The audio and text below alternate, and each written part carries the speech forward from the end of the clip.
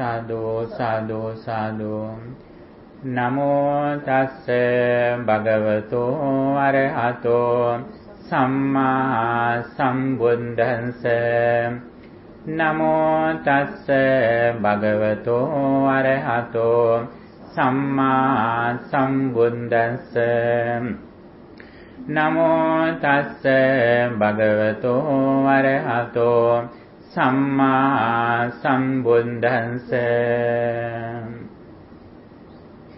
සම්බ පාපස්ස අකරණං කුසලස්ස උපසම්පදා සචින්ත පරියෝදපනං ඒතං බුද්ධාන ශාසනං.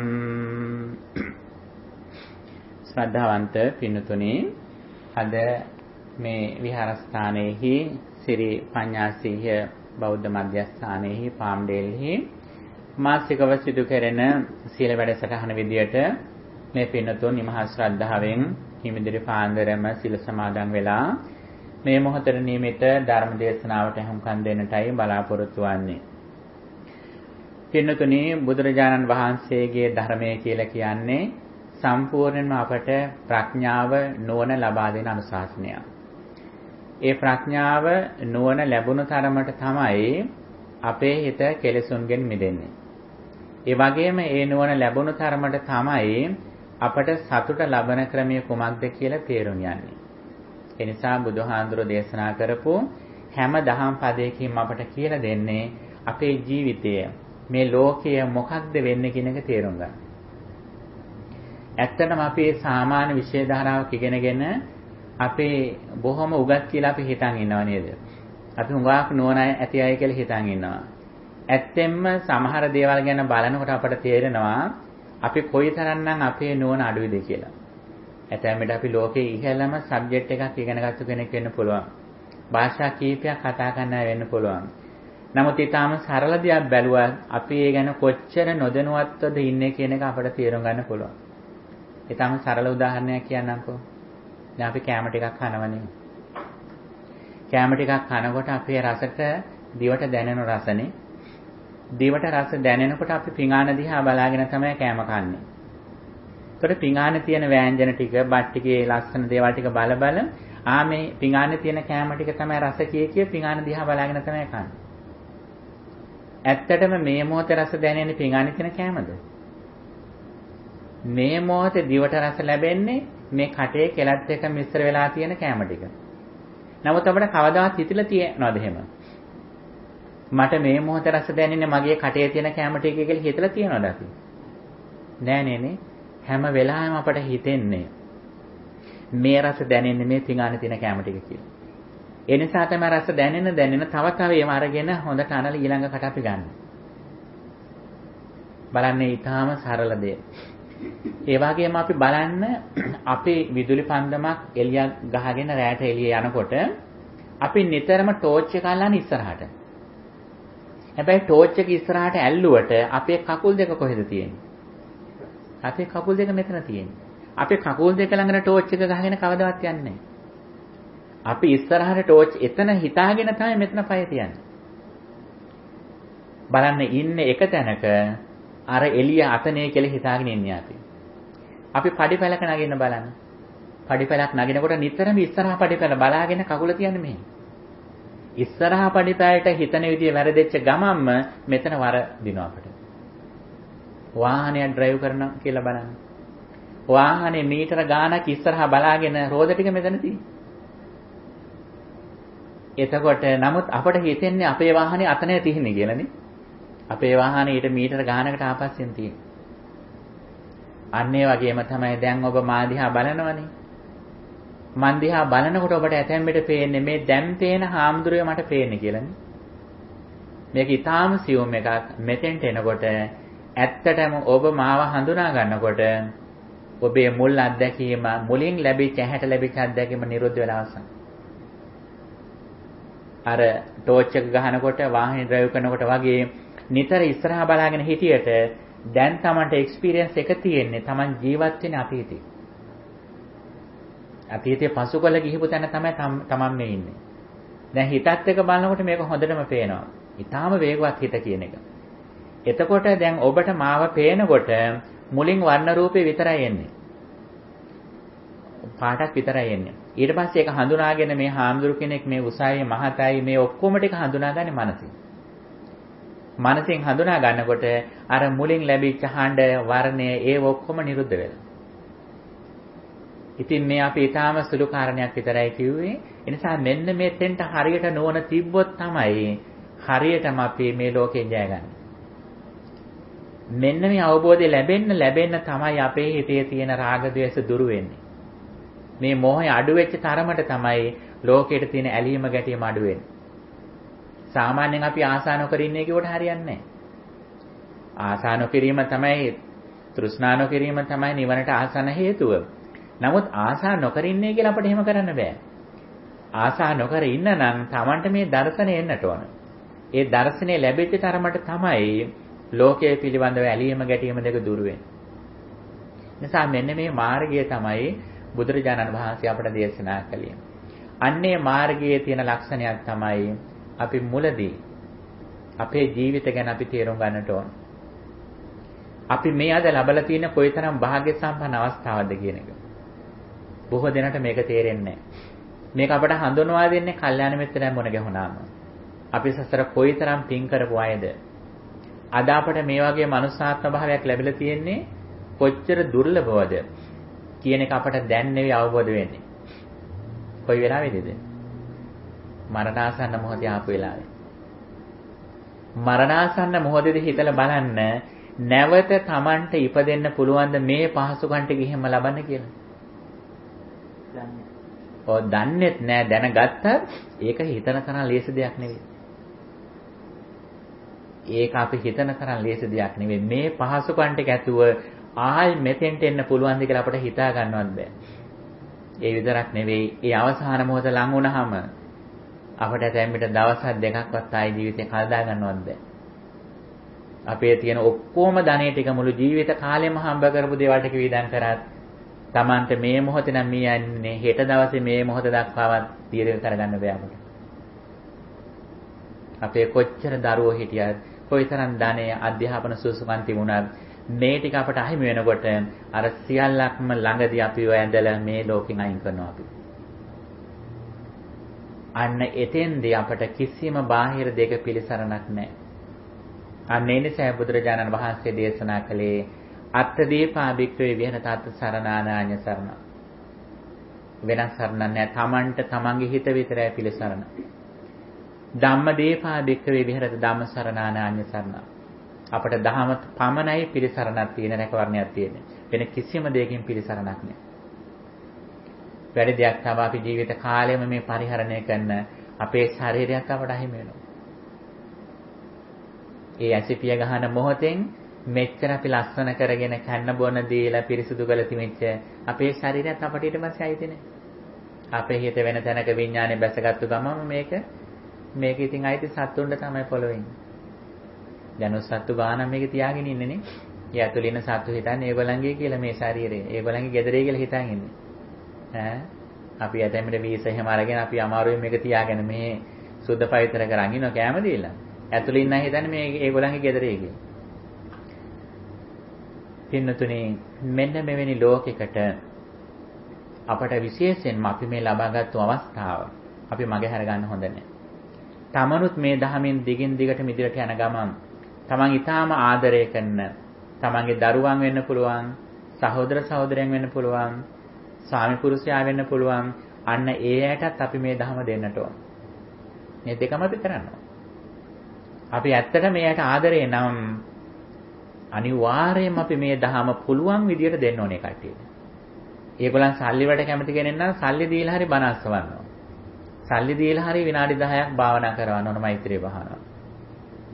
එයි ඒක එයාට කරන ලොකුම යහපත ඒක. එයා මරණයෙන් පස්සේ සුගතිගාමී වෙන විතරක් නෙවෙයි මේ කාලයේම හිතේ සැනසීමෙන් ජීවත් වෙන කට්ටියට.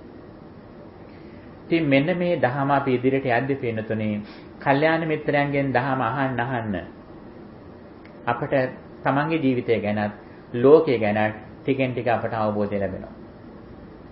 මෙන්න මේ අවබෝධයත් එක්කම අපට මුලින්ම ලැබෙන්නේ කර්මය පිළිබඳ අවබෝධය.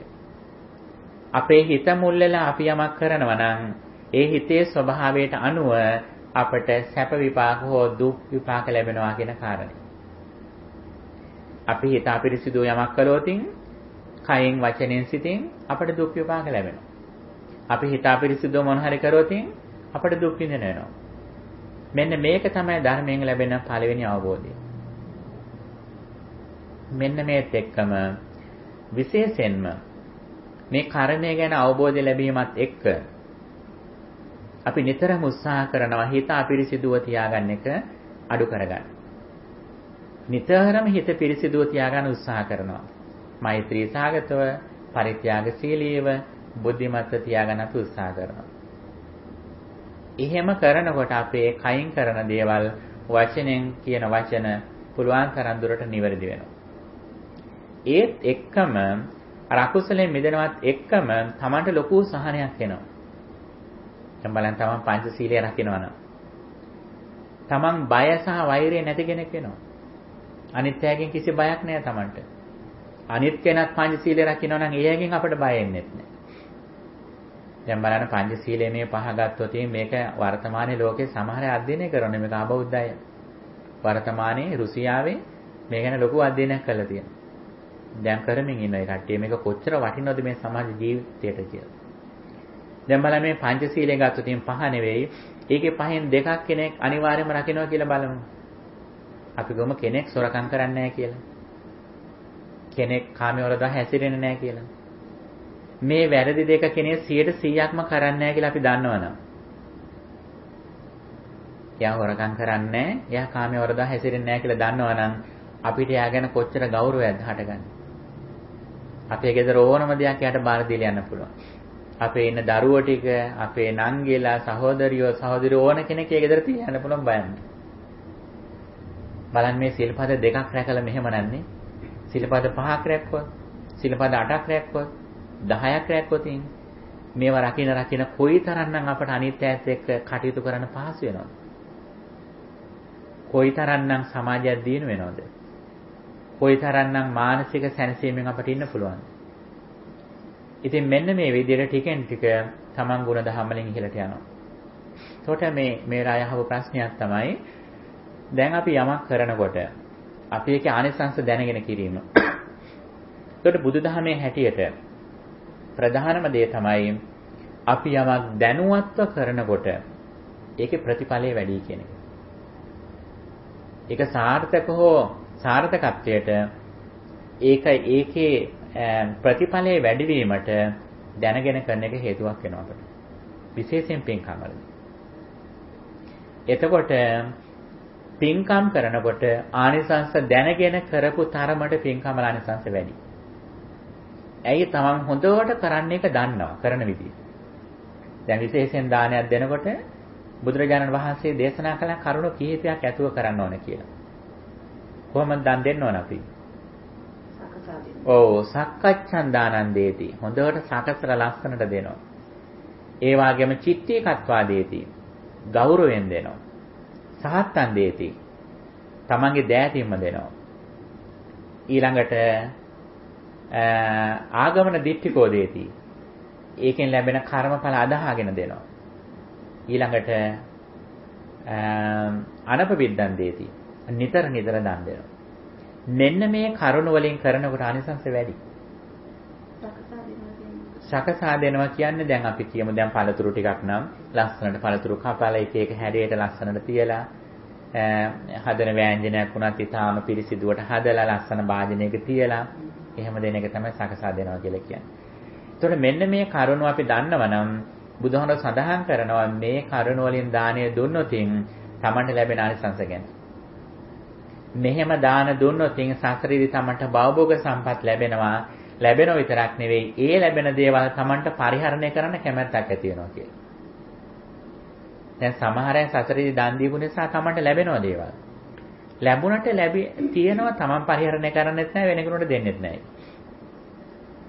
අනිත් කාරණය තමයි මෙහෙම දන් දුන්නොතින් සසරේදී ධර්ම දේශනා අහන්නට දහමට නැඹුරු වෙන්න හිතක් යෙදෙනවා කියලා. සමහර අය දන් දීපු නිසා හුඟක් වස්තු සම්පත් ලැබිලා තියෙනවා.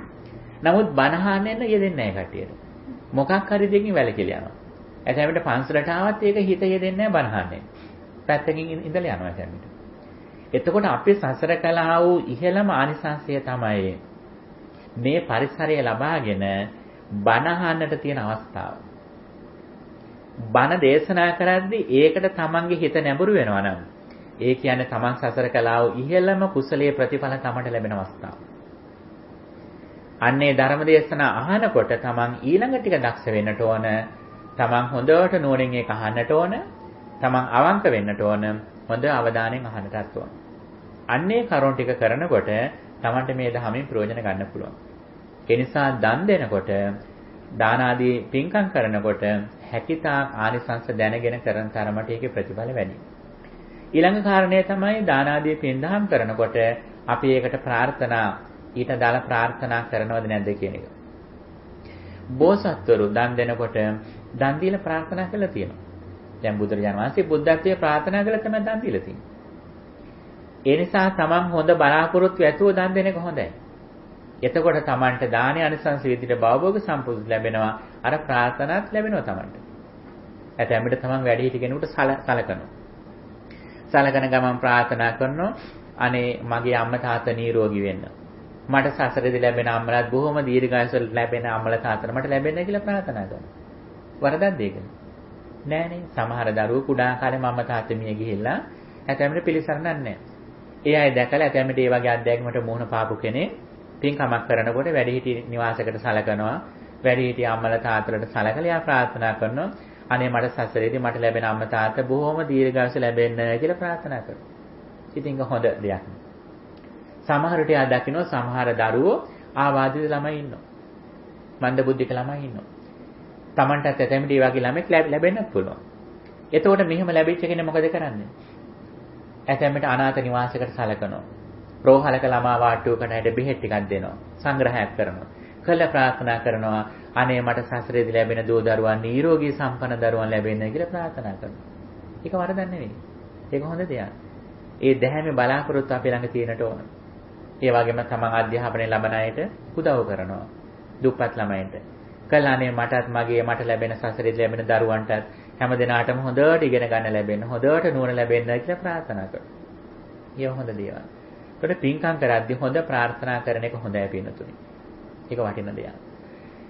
අනිත් දේ තමයි අපි අකුසල කරනකොට අකුසලයක් සිද්ධ වෙද්දී මෙතෙන්දී ඒක නොදැන කරන තරමට පව වැඩි. අපි යම් අකුසලයක් කරනකොට අපි කියමු සතෙක් මරනවා. නැත්තම් කෙනෙක් බේද කරනවා. ඒක කරනකොට අපි ඒකේ කිසිම ආදීනමක් අපි දන්නේ නැහැ. නොදැන කරනකොට ඒකේ බරපතලකමක් වැඩි. ඇයි එහෙම වෙන්නේ? දහමේ උදාහරණයක් දක්වනවා. ගින්දරක් තියෙනවා. ඒ ගින්දරට එක්කෙනෙක් එයා දන්නව ඇඟිල්ල තිබ්බම රත් වෙනවා කියලා, පිච්චෙනවා කියලා. එයා රත් වෙච්ච අපි කියමු යකඩකට හරි පහන් දැලකට හරි අත තියනවා. තව කෙනෙක් ඉන්නවා මේක ළමයෙක් ඉන්නවා පිච්චෙනද කියලා දන්නේ නැහැ. ළමයාත් මේකටම ඇඟිල්ල තියනවා. එක්කෙනෙක් දැනගෙන ඇඟිල්ල තියන්නේ අනිත් කෙනෙක් නොදැන ඇඟිල්ල තියන්නේ. කාගේ ඇඟිල්ලද වැඩිපුර පිච්චෙන්නේ? නොදැන කෙනාගේ වැඩිපුර පිච්චෙන්නේ. ඇයි ඒ? එයා ඇතැම්මට තියලා ටිකක් වෙලා ඉන්නව නේද? එයා දන්නේ නැහැ පිච්චෙනවා කියලා. එයා ඒකේ ආසාද විඳින්න යනවා. එයා ඉක්මනට ගන්න දන්නේ නැති නිසා එයාට අනතුරු වැඩි. අන්න ඒ වගේ ඇතැම්මට අකුසල් සිද්ධ වුණත් සමහර කෙනෙක් ඒකේ ආදීනව දන්නවා. දැනගෙන මේ මොහොතේ යාට එකෙන් වළකින්න බැරි නිසා ඇතැම්මට ඒක සිද්ධ වෙනවා යාගේ අතින්. නමුත් ඕනම මොහොතක යා ඉක්මනින් මේකෙන් දුරස් වෙන්න බලාපොරොත්තු වෙන තමයි ඉන්නේ. යාට ඒකෙන් මිදෙන්න පුළුවන්. ඒ නිසා තමයි කියන්නේ කරන ප්‍රමාණයත් අඩුයි. ඒ වගේම කරාට පස්සේ ඒ ගැන පසුතැවෙන්නේ නැහැ යා. ඒ නිසා තමයි කියන්නේ උපාය දන්න කෙනා අපායෙන් බේරෙයි කියලා. උපාය දන්න කෙනා අපායෙන් බේරෙයි. ඒ නිසා එකෙන් වරදි කරන්න කියලා සාතිකයක් දෙනවා නෙවෙයි මේ වරදවා තේරුම් ගන්න එපා. එහෙම වරදක් සිද්ධ වුණත් Taman දන්නවා ඊට වඩා කුසල දහම් කළා අරක යටපත් කරගන්න යා දන්නවා. ඒ නිසා අකුසලයේදී ලක්ෂණය තමයි අවිද්‍යාවෙන් වැඩිපුර කරපු තරමට ඒකේ ආදීනවේ වැඩි. නිසා මේ කාරණේ අපි මූලික කරුණු ටිකක් විදිහට සඳහන් කළේ. ඉතින් අපි මේ සඳහන් කළේ ටිකෙන් ටික අපේ මේ ජීවිත ගමන ඉදිරියට යනකොට අපි කරන කර්මයන්ගේ වෙනස්කම් ගැන මේ සඳහන් කළේ. ප්‍රධාන වශයෙන්ම බුදුරජාන් වහන්සේ ත්‍රිවිධ පුණ්‍ය ක්‍රියාවක් අපට දේශනා කළා. දානමයන් පුණ්‍ය කිරිවත්තු, සීලමයන් පුණ්‍ය කිරිවත්තු, භාවනාමයන් පුණ්‍ය කිරිවත්තු කියලා. එක පැත්තකින් දන් දෙනවා, අනිත් අතින් සිල්වත් වෙනවා, අනිත් අතින් භාවනා කරනවා. බුදුරජාණන් වහන්සේ කර්ම 4ක් දේශනා කළා. කර්ම වර්ග 4ක්. මොනවද 4? අත්ති බික්ඛවේ කම්මං කන්නම් කන්න විපාකං. කළු විපාකගෙන දෙන කළු කර්ම තියෙනවා. අත්ති බික්ඛවේ කම්මං සුඛං සුඛ විපාකං. සුදු විපාකගෙන දෙන සුදු කර්ම තියෙනවා. අත්ති බික්ඛවේ කම්මං කන්න සුඛං කන්න සුඛ විපාකං. තවත් සමහර කර්ම තියෙනවා කළු සුදු දෙකම මිශ්‍ර වෙච්ච කර්ම. අත්ති බික්ඛවේ කම්මං අකන්න සුඛං අකන්න සුඛ විපාකං. තවත් කර්ම තියෙනවා කළුත් නොවන සුදුත් නොවන කර්ම තියෙනවා. මේ කර්ම 4න් මුල් කර්ම 3 විතරයි ලෝකයේ අය දැනගෙන හිටියේ බුදුහාමර පහළ වෙනකොට. බුදුහාමර පහළ වෙලා 4 වෙනි කර්මෙකුත් දේශනා කළා. මේක තමයි තාම වැදගත්. මුලින්ම වෙන්නේ කළු විපාකගෙන දෙන කළු කර්ම. ඒ කියන්නේ අපේ හිත අපිරිසිදුව සම්පූර්ණම හිතේ අවිද්‍යාව, ලෝභ දේශ සහිතව කරන කර්ම වලින් අපට දුගතිගාමී වෙන්න වෙනවා. අපාගත වෙන්න වෙනවා. ඒකට කියන්නේ කළු විපාකගෙන දෙන කළු කර්ම කියලා. තව එකක් තියෙනවා සුදු විපාකගෙන දෙන සුදු කර්ම කියලා. ඒ මොකද්ද? ඒ තමයි හිත සම්පූර්ණයෙන්ම පිරිසිදුව කරන කර්ම. එහි ආනිසංස විදියට ඇතැම්මට මනුස්ස ලෝකෙ දිගටම සැප විඳින විදිහට ඉපදෙනවා. නැත්තම් දිව්‍ය ලෝක, බ්‍රහ්ම ලෝක වලගේ ඉපදෙන්නේ මෙන්න මේ සුදු විපාකගෙන දෙන සුදු කර්ම නිසා. එතකොට කළු විපාකගෙන දෙන කළු කර්ම තියෙනවා. සුදු විපාකගෙන දෙන සුදු කර්ම තියෙනවා. ඒක දෙවෙනි එක. තුන්වෙනි එක කළු සුදු දෙකම මිශ්‍ර කර්ම තියෙනවා. ඒ මොනවද? ඒ තමයි විතක අපේ හිත අපිරිසිදුව දේවල් කරනවා, විතක සිත පිරිසිදුව දේවල් කරනවා. කළු සුදු දෙකම මිශ්‍ර ඒවා. එහි විපාක විදියට කළු සුදු දෙකම මිශ්‍ර විපාක හම්බ වෙනවා. ඇතැම්මට සතෙක් සිව්පාවයක් කළ ඉපදෙනවා. ඉපදෙන හොඳට ධනෙ ලැබිච්ච ගෙදරක යන සතෙක් කළ ඉපදෙනවා. හැබැයි දුගතිය. එයාට අර දාන දීමේ ආනිසංස නිසා භවභෝග සම්පත් ලැබුණ ඇතැම්මට වාහනයකුත් ලැබිලා තියෙන වාහනේ ඉස්සරහා සීට් එකේම යන්නත් පුළුවන් යාර. නමුත් එයාට කන්න වෙන්නේ බිම දානේව තමයි කන්න වෙන්නේ. කකුල් 4ෙන් තමයි යන්න වෙන්නේ. ඒ වගේම මනුස්ස ලෝකෙත් තියෙනවා සමහර අය මේ කළු සුදු දෙකම මිශ්‍රව තිමිච්ච එකේ ප්‍රතිවිපාක විදියට ඇතැම්මට ජීවිත කාලය සැපත් විඳිනවා. ඇතැම්මට ලෙඩ දුක් ආදී හැදිලා බොහොම දුකසිත කාලය ගත කරනවා. ඇතැම්මට රැකී ආරක්ෂා කරන ඒවා ඔක්කොම අසාර්ථක වෙනවා.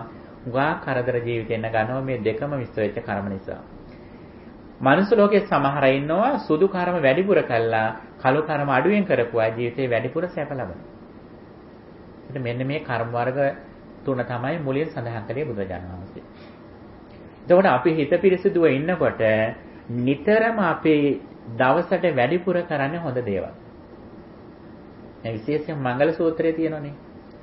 මංගල සූත්‍රේන කරුණු තමයි පිළිතුරේ අපේ ජීවිතේ කුසල වැඩනවද කියලා අපිට බලා ගන්න පුළුවන් සලකුණු.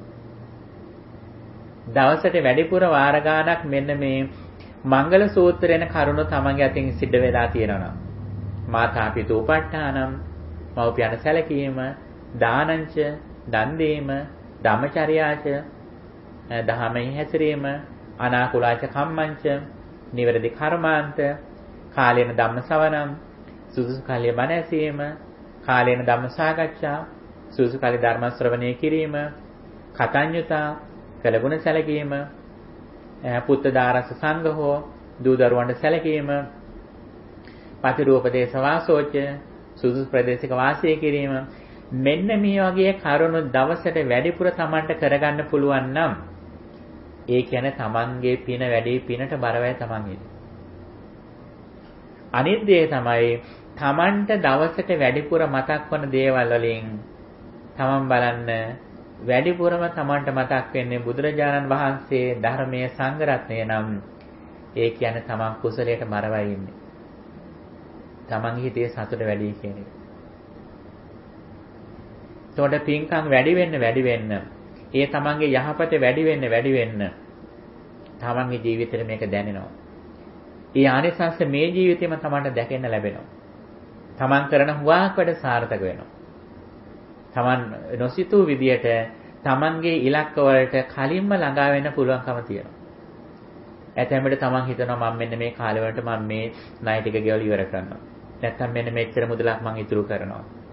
මෙච්චර මං ඥාතිවරු පිරිසට මං සලකනවා. මේ වගේ කියලා තමන් බලාපොරොත්තු වෙච්ච ඉලක්කය ඇතැම්මට බලාපොරොත්තු වෙච්ච කාලයටත් වඩා ඉක්මනට තමන්ට ළඟා වෙන්න පුළුවන් මේ පින්කම් ආනිසංස විදියට. හැබැයි මේක දවස් දෙකක් කළා හරියන්නේ නැහැ. ජීවිතේ දීර්ඝ කාලයක් මේ පිනට බරව කුසලයට බරව තමන් හිටියට පස්සේ තමන්ටම මේ ඥානසංස ටික දැක ගන්න පුළුවන්.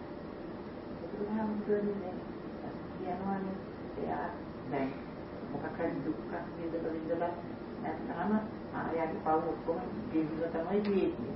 ඉතින් අපි දන්නේ කොහොමද ඔක්කොම ඒ වුණාද නැද්ද? ඇත්තෙන්ම ඒ ගැන අපි එච්චරම සැලකිල්ල දක්වන්න ඕනේ නැහැ ඇත්තෙන්ම. අපිට ඒ ගැන මේ මට්ටමේදී අපට ඥානයක් ලැබෙන්නේ නැහැ ඇත්තෙන්ම. අපිට කරන්න පුළුවන් එකම දේ තමයි වැඩිපුර කුසල කරගෙන කුසල් පැත්තේ ආනිසංස ටික වැඩිපුර ගන්න එක. මොකද කවදාවත් තමන් කරපු කර්ම ඉවර කරන්න බෑ. අපි මේ විදියට මේ ලෞකික ජීවිතය ගත කළ කවදාවත් අපි සසරදී කරපු කර්ම ඉවර කරන්න බෑ අපට. කර්ම ඉවර කරගන්න එකම හැකියාව තියෙන්නේ කර්ම චක්‍රය ඉක්මවන්න පුළුවන්කම තියෙන ධර්ම චක්‍රය. දැන් අපි gedara වත්තේ කොනක අපි කියමු මාසයක් තිස්සේ කොළ ගොඩක් එකතු කරයි කියලා. මාසයක්ම අපි කොළ දැම්ම. කොළ දාලා ලොකු කුණු ගොඩක් තියෙනවා. ඒ මාසයක් තිස්සේ දාපු කොළ ටික අයින් කරන්න මාසයක් යනවද අපට? මාසයක් තිස්සේ දාපු කොළ ටික අයින් කරන්න නැතෙමිට පැය දෙකයි යන්නේ. අන්න ඒ වගේ තමයි අපි සසරදී කරපු අකුසල කර්මවල විපාකුණත් අපිට තියෙනව නැත්තේ නෑ. හැබැයි අපි ඒ ඔක්කොම ගෙවලි ඉවර වෙනකම් බලන් ඉන්න අවශ්‍ය නෑ අපට. අපට ඊට වඩා ක්‍රමයක් බුදුහාමර දේශනා කළා. එක පැත්තකින් අපි ප්‍රබල කුසල කරගන්න ඕන ජීවිතේ. ප්‍රබල පින්කම් කරගන්නට ඕන. අනිත් පැත්තෙන් අපට මේ ජීවිත අභියෝග එනකොට ඒකට මුහුණ දෙන්න පුළුවන් විදියට අර චතුසත්‍ය සම්මාදිට්ඨියෙන් ලෝකෝත්තර ප්‍රඥාවක් ඇති කරගන්නට ඕන. දැන් අපි මේ දුක් සැප ටික විඳින්නේ අපේ තියෙන අවිද්‍යාවෙන් හින්දා. බාහිරින් එන දුකක් නෙවෙයි අතරම අපට අද තියෙන්නේ. අපි සම්පූර්ණ මේ අපේ තියෙන නොදැනීම නිසා අපි දුක් ටික හදාගත්තු දුකක් මේ තියෙන්නේ. ඔබ අහලා ඇති යටමනේ ලෝසක හාමුදුරු පිණ්ඩපාත යනවනේ. ලෝසක හාමුදුරු පිණ්ඩපාතේ වඩිනකොට උන්වහන්සේට ඇතැම්මට දානෙ ලැබෙන්නේ නැහැ. බාහිර බලාගෙන ඉන්න අය කියන අනේ පව් ලෝසක හාමුදුරන්ට දානෙ ලැබුණේ නැහැ කියලානේ. ලෝසක හාමුදුරන්ට ඒකේ දුකක් නැහැ. උන්වහන්සේ රූපේ ඉක්මවල තියෙන්නේ. උන්වහන්සේ කර්ම චක්‍රේ ඉක්මවලපු කෙනෙක් විදියට උන්වහන්සේට දානෙ ලැබුණ නැහැ කියලා දුකක් නැහැ. එතකොට අපි තමයි මේ පුද්ගලයා සම්බන්ධ කරලා අනේ මේ රූපයක් තියෙනවා ඒ රූපයේ තියෙන පුද්ගලයා කෑම කනවා කෑම කෑවොතින් කුසගින නෙවෙනවා සතුටුයි කෑම නැති වුණොතින් දුකයි බඩගින්න කියලා අපි කියන්නේ ඒ අපේ දර්ශනය. නමුත් ඒ මට්ටමට මනස දියුණු කරගත්තට පස්සේ ලැබුණත් එකයි නොලැබුණත් එකයි. ශරීරය පවත්වාගෙන යන ආහාරයක් ගන්නව නොගන්නේ නේ. ඒක කරන්නේත් ලෝකෙට යහපතක් පිණිස මිසක් Taman ජීවත් වෙන්න ඕන කියන හැඟීමෙන් නෙවෙයි. එතකොට අපට කරන්න තියෙන ටිකෙන් ටික ඊටාම ප්‍රබල කර්ම කරන එක ඒ කර්මවල ආනිසංස විදියට අපට අතීත කර්ම වලින් දෙයක් එන්න තියෙනවා නම් ඒව හුඟක් යටපත් වෙනවා. ඒක අපි හිතලා කරන දෙයක් නෙවෙයි. ඒක කර්ම සිද්ධාන්තයේම ලක්ෂණයක්. ඒක කම්ම නියාමයේ කියන්නේ ඒක. ඒක වෙන සත්වයක් අදෘශ්‍යමාන දෙවියෙක් පාලනය කරන දෙයක් නෙවෙයි. ඒක කර්ම සිද්ධාන්තයේම වෙන දෙයක් තමයි අපි නිතරම ප්‍රබලම කර්ම කරමින් ඉන්නකොට අර අකුසල විපාක හැටියට Tamanට විතරක් නෙවෙයි ඇත්තේම. Tamanගේ ළඟම ඥාතියින්ට එන්න තියෙන කරදර හුඟකින් Tamanව බේරනවා. ඇයි ඒකට හේතුව? Taman ලෙඩ වුණාම විතරක් නෙවෙයි ඇත්තේම Tamanගේ දරුව ලෙඩ වුණා Tamanට ඒ දුක එනවා. ඒකට Taman මේ කරන කර්ම ටිකේ ආනිසංස විදියට අර Tamanගේ ආසන්නම හේතු ටිකටත් මේකේ රැකවරණයක් ලැබෙනවා. ඔබ අනිත්‍යගේ දරුවන්ට සලකනකොට ඔබේ දරුවා අනිත් පැත්තෙන් සාර්ථක වෙනවා. ඒ නිසා ඔබේ දරුවාගේ සාර්ථකත්වය බලාපොරොත්තු වෙනවා නම් තමන්ගේ දරුවන්ට විතරක් සලකලා බෑ කරන්න මේක. පුළුවන් තරම් මෙහෙ බැරනම් අඩු ගානේ ලංකාවේ හැරේ ඉන්න දුප්පත් දරුවෝ කිහිප දෙනෙකුට තමන් උදව් කරන්න. ලෙඩ වෙල ඉන්න දරුවන්ට සලකන්න. ඒකට එහෙම හිතා දැන් මම ලංකාවේ ඇවිත් සලකනවා. කියමු ළමයින්ට ඉගෙන ගන්න පොත්පත් අරිනවා. විශ්වවිද්‍යාලයට යන අම්මා ගිහිල්ලා ඉන්න අම්මා උගන්වනවා. එනු අර යටිහිතේ බලාපොරොත්තුව මගේ ළමයට හරියන්න තියෙනවා. ඇත්තෙන්ම එහෙම එකපාර අපිට මේ ලෝකෝත්තර දර්ශනයකට එන්න අමාරුයි. එහෙම එන හැටි අපි කියනවා ඇත්තෙන්මයි. අපි ඇත්තෙන්ම පොළවේ පය ගහලා ජීවත් වෙන ඕනි ඉස්සෙල්ලා ඒක. අපිට එහෙම නැතුව බෑ ඇත්තෙන්ම. මේක යන්නේ මඩේ ඉන්න කෙනා මඩ ටික පිටින්ම තමයි ගොඩට යන්නේ. මඩේ ඉඳගෙන මඩ හොදන්න බෑ. මඩේ ඉන්න කෙනා ටික ටික මඩ ගාගෙනම ගොඩට ඇවිල්ලා ගොඩක් ටිකක් දුර ගිහිල්ලා තමයි වතුරෙන් කකුල් දෙක හොදගන්නේ.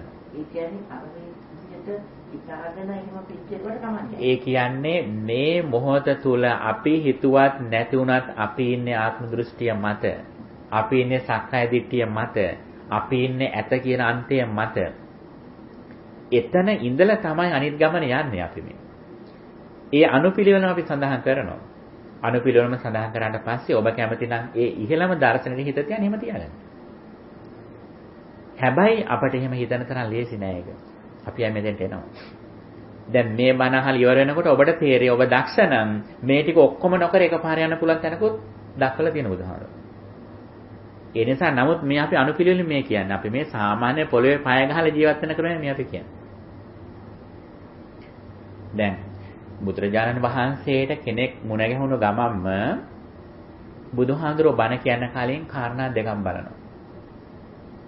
මොකද කාරණා දෙක? මොකද බලන කාරණා දෙක? එයාට අවබෝධ කරගන්න පුළුවන්. පළවෙනි කාරණේ තමයි මේ කෙනා කොච්චර කල ජීවත් වෙනවද කියන්නේ. දෙවෙනි කාරණේ තමයි යාගේ ප්‍රඥාව කොච්චර දියුණුවල තියෙද කියලා. දැන් චත්තමානවකය බුදුහාමුදුරන්ට මුණ ගැහුණා. බුදුහාමුදුර බැලුවේ මෙයාගේ ජීවිත කාලය කොච්චරද කියලා. එයාට මේ ලොකු පටිච්චසමුපාදයේ ත්‍රිලක්ෂණය අවබෝධ කරගන්න පුළුවන් ඥානයක් උඩ තිබුණේ නැහැ. ඔහුට දේශනා කරේ ඔහුට සුගතිගාමී වෙන මාර්ගය දේශනා කළේ. එතකොට මෙච්චර මහා ප්‍රඥාවන්ත වෙච්ච බුදුහාමුදුරුවෝ දේශනා කරේ එහෙමයි. ඉතින් අපටත් ඒ මගම තමයි යන්න තියෙන්නේ. එතකොට පළවෙනි බුදුරජාණන් වහන්සේගේ පළවෙනි ඉලක්කය උනේ මේ ලොකු අනතුරකින් බේරන්න. අනතුර මොකද්ද? මේ අපාගත වෙන තියෙන අවස්ථාව. අපි ඇතැම්මට පරිසම්පාදේ අවබෝධ කරගෙන හිටියත් ඒකේ අපි ඒ සිස්ටම් එක දැනගෙන හිටියත් අපේ මෙහි දැඩිව ලෝභයක් තියෙනවා නම් කවුරු හරි ගැන දැඩි ආසාවක් නම් අපට නිවන නෙවෙයි සුගතියවත් නෑ අන්තිමට. අපාගත වෙන අයගෙන් මනුස්ස ලෝකේ ඉඳලා දුගතිගාමී වෙන අයගෙන් වැඩිපුර ප්‍රමාණයක් දුගතිගාමී වෙන්නේ මොකක් හින්දාද? සොරකම් කළද?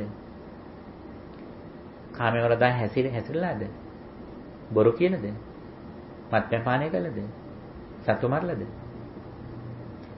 මනුස්ස ලෝකේ ඉඳලා දුගතිගාමී නැගෙන් වැඩිපුර ප්‍රමාණයක් දුගතිගාමී වෙන්නේ ලෝභය නිසා.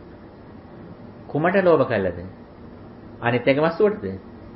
තමන්ම හම්බ කරපු තමන්ගේම දේපලට තමන්ගේම දරුවන්ට ආස කළ තමයි බොහෝ දෙනෙක් දුගතිගාමී වෙලා പ്രേත ලෝකෙට යන්නේ.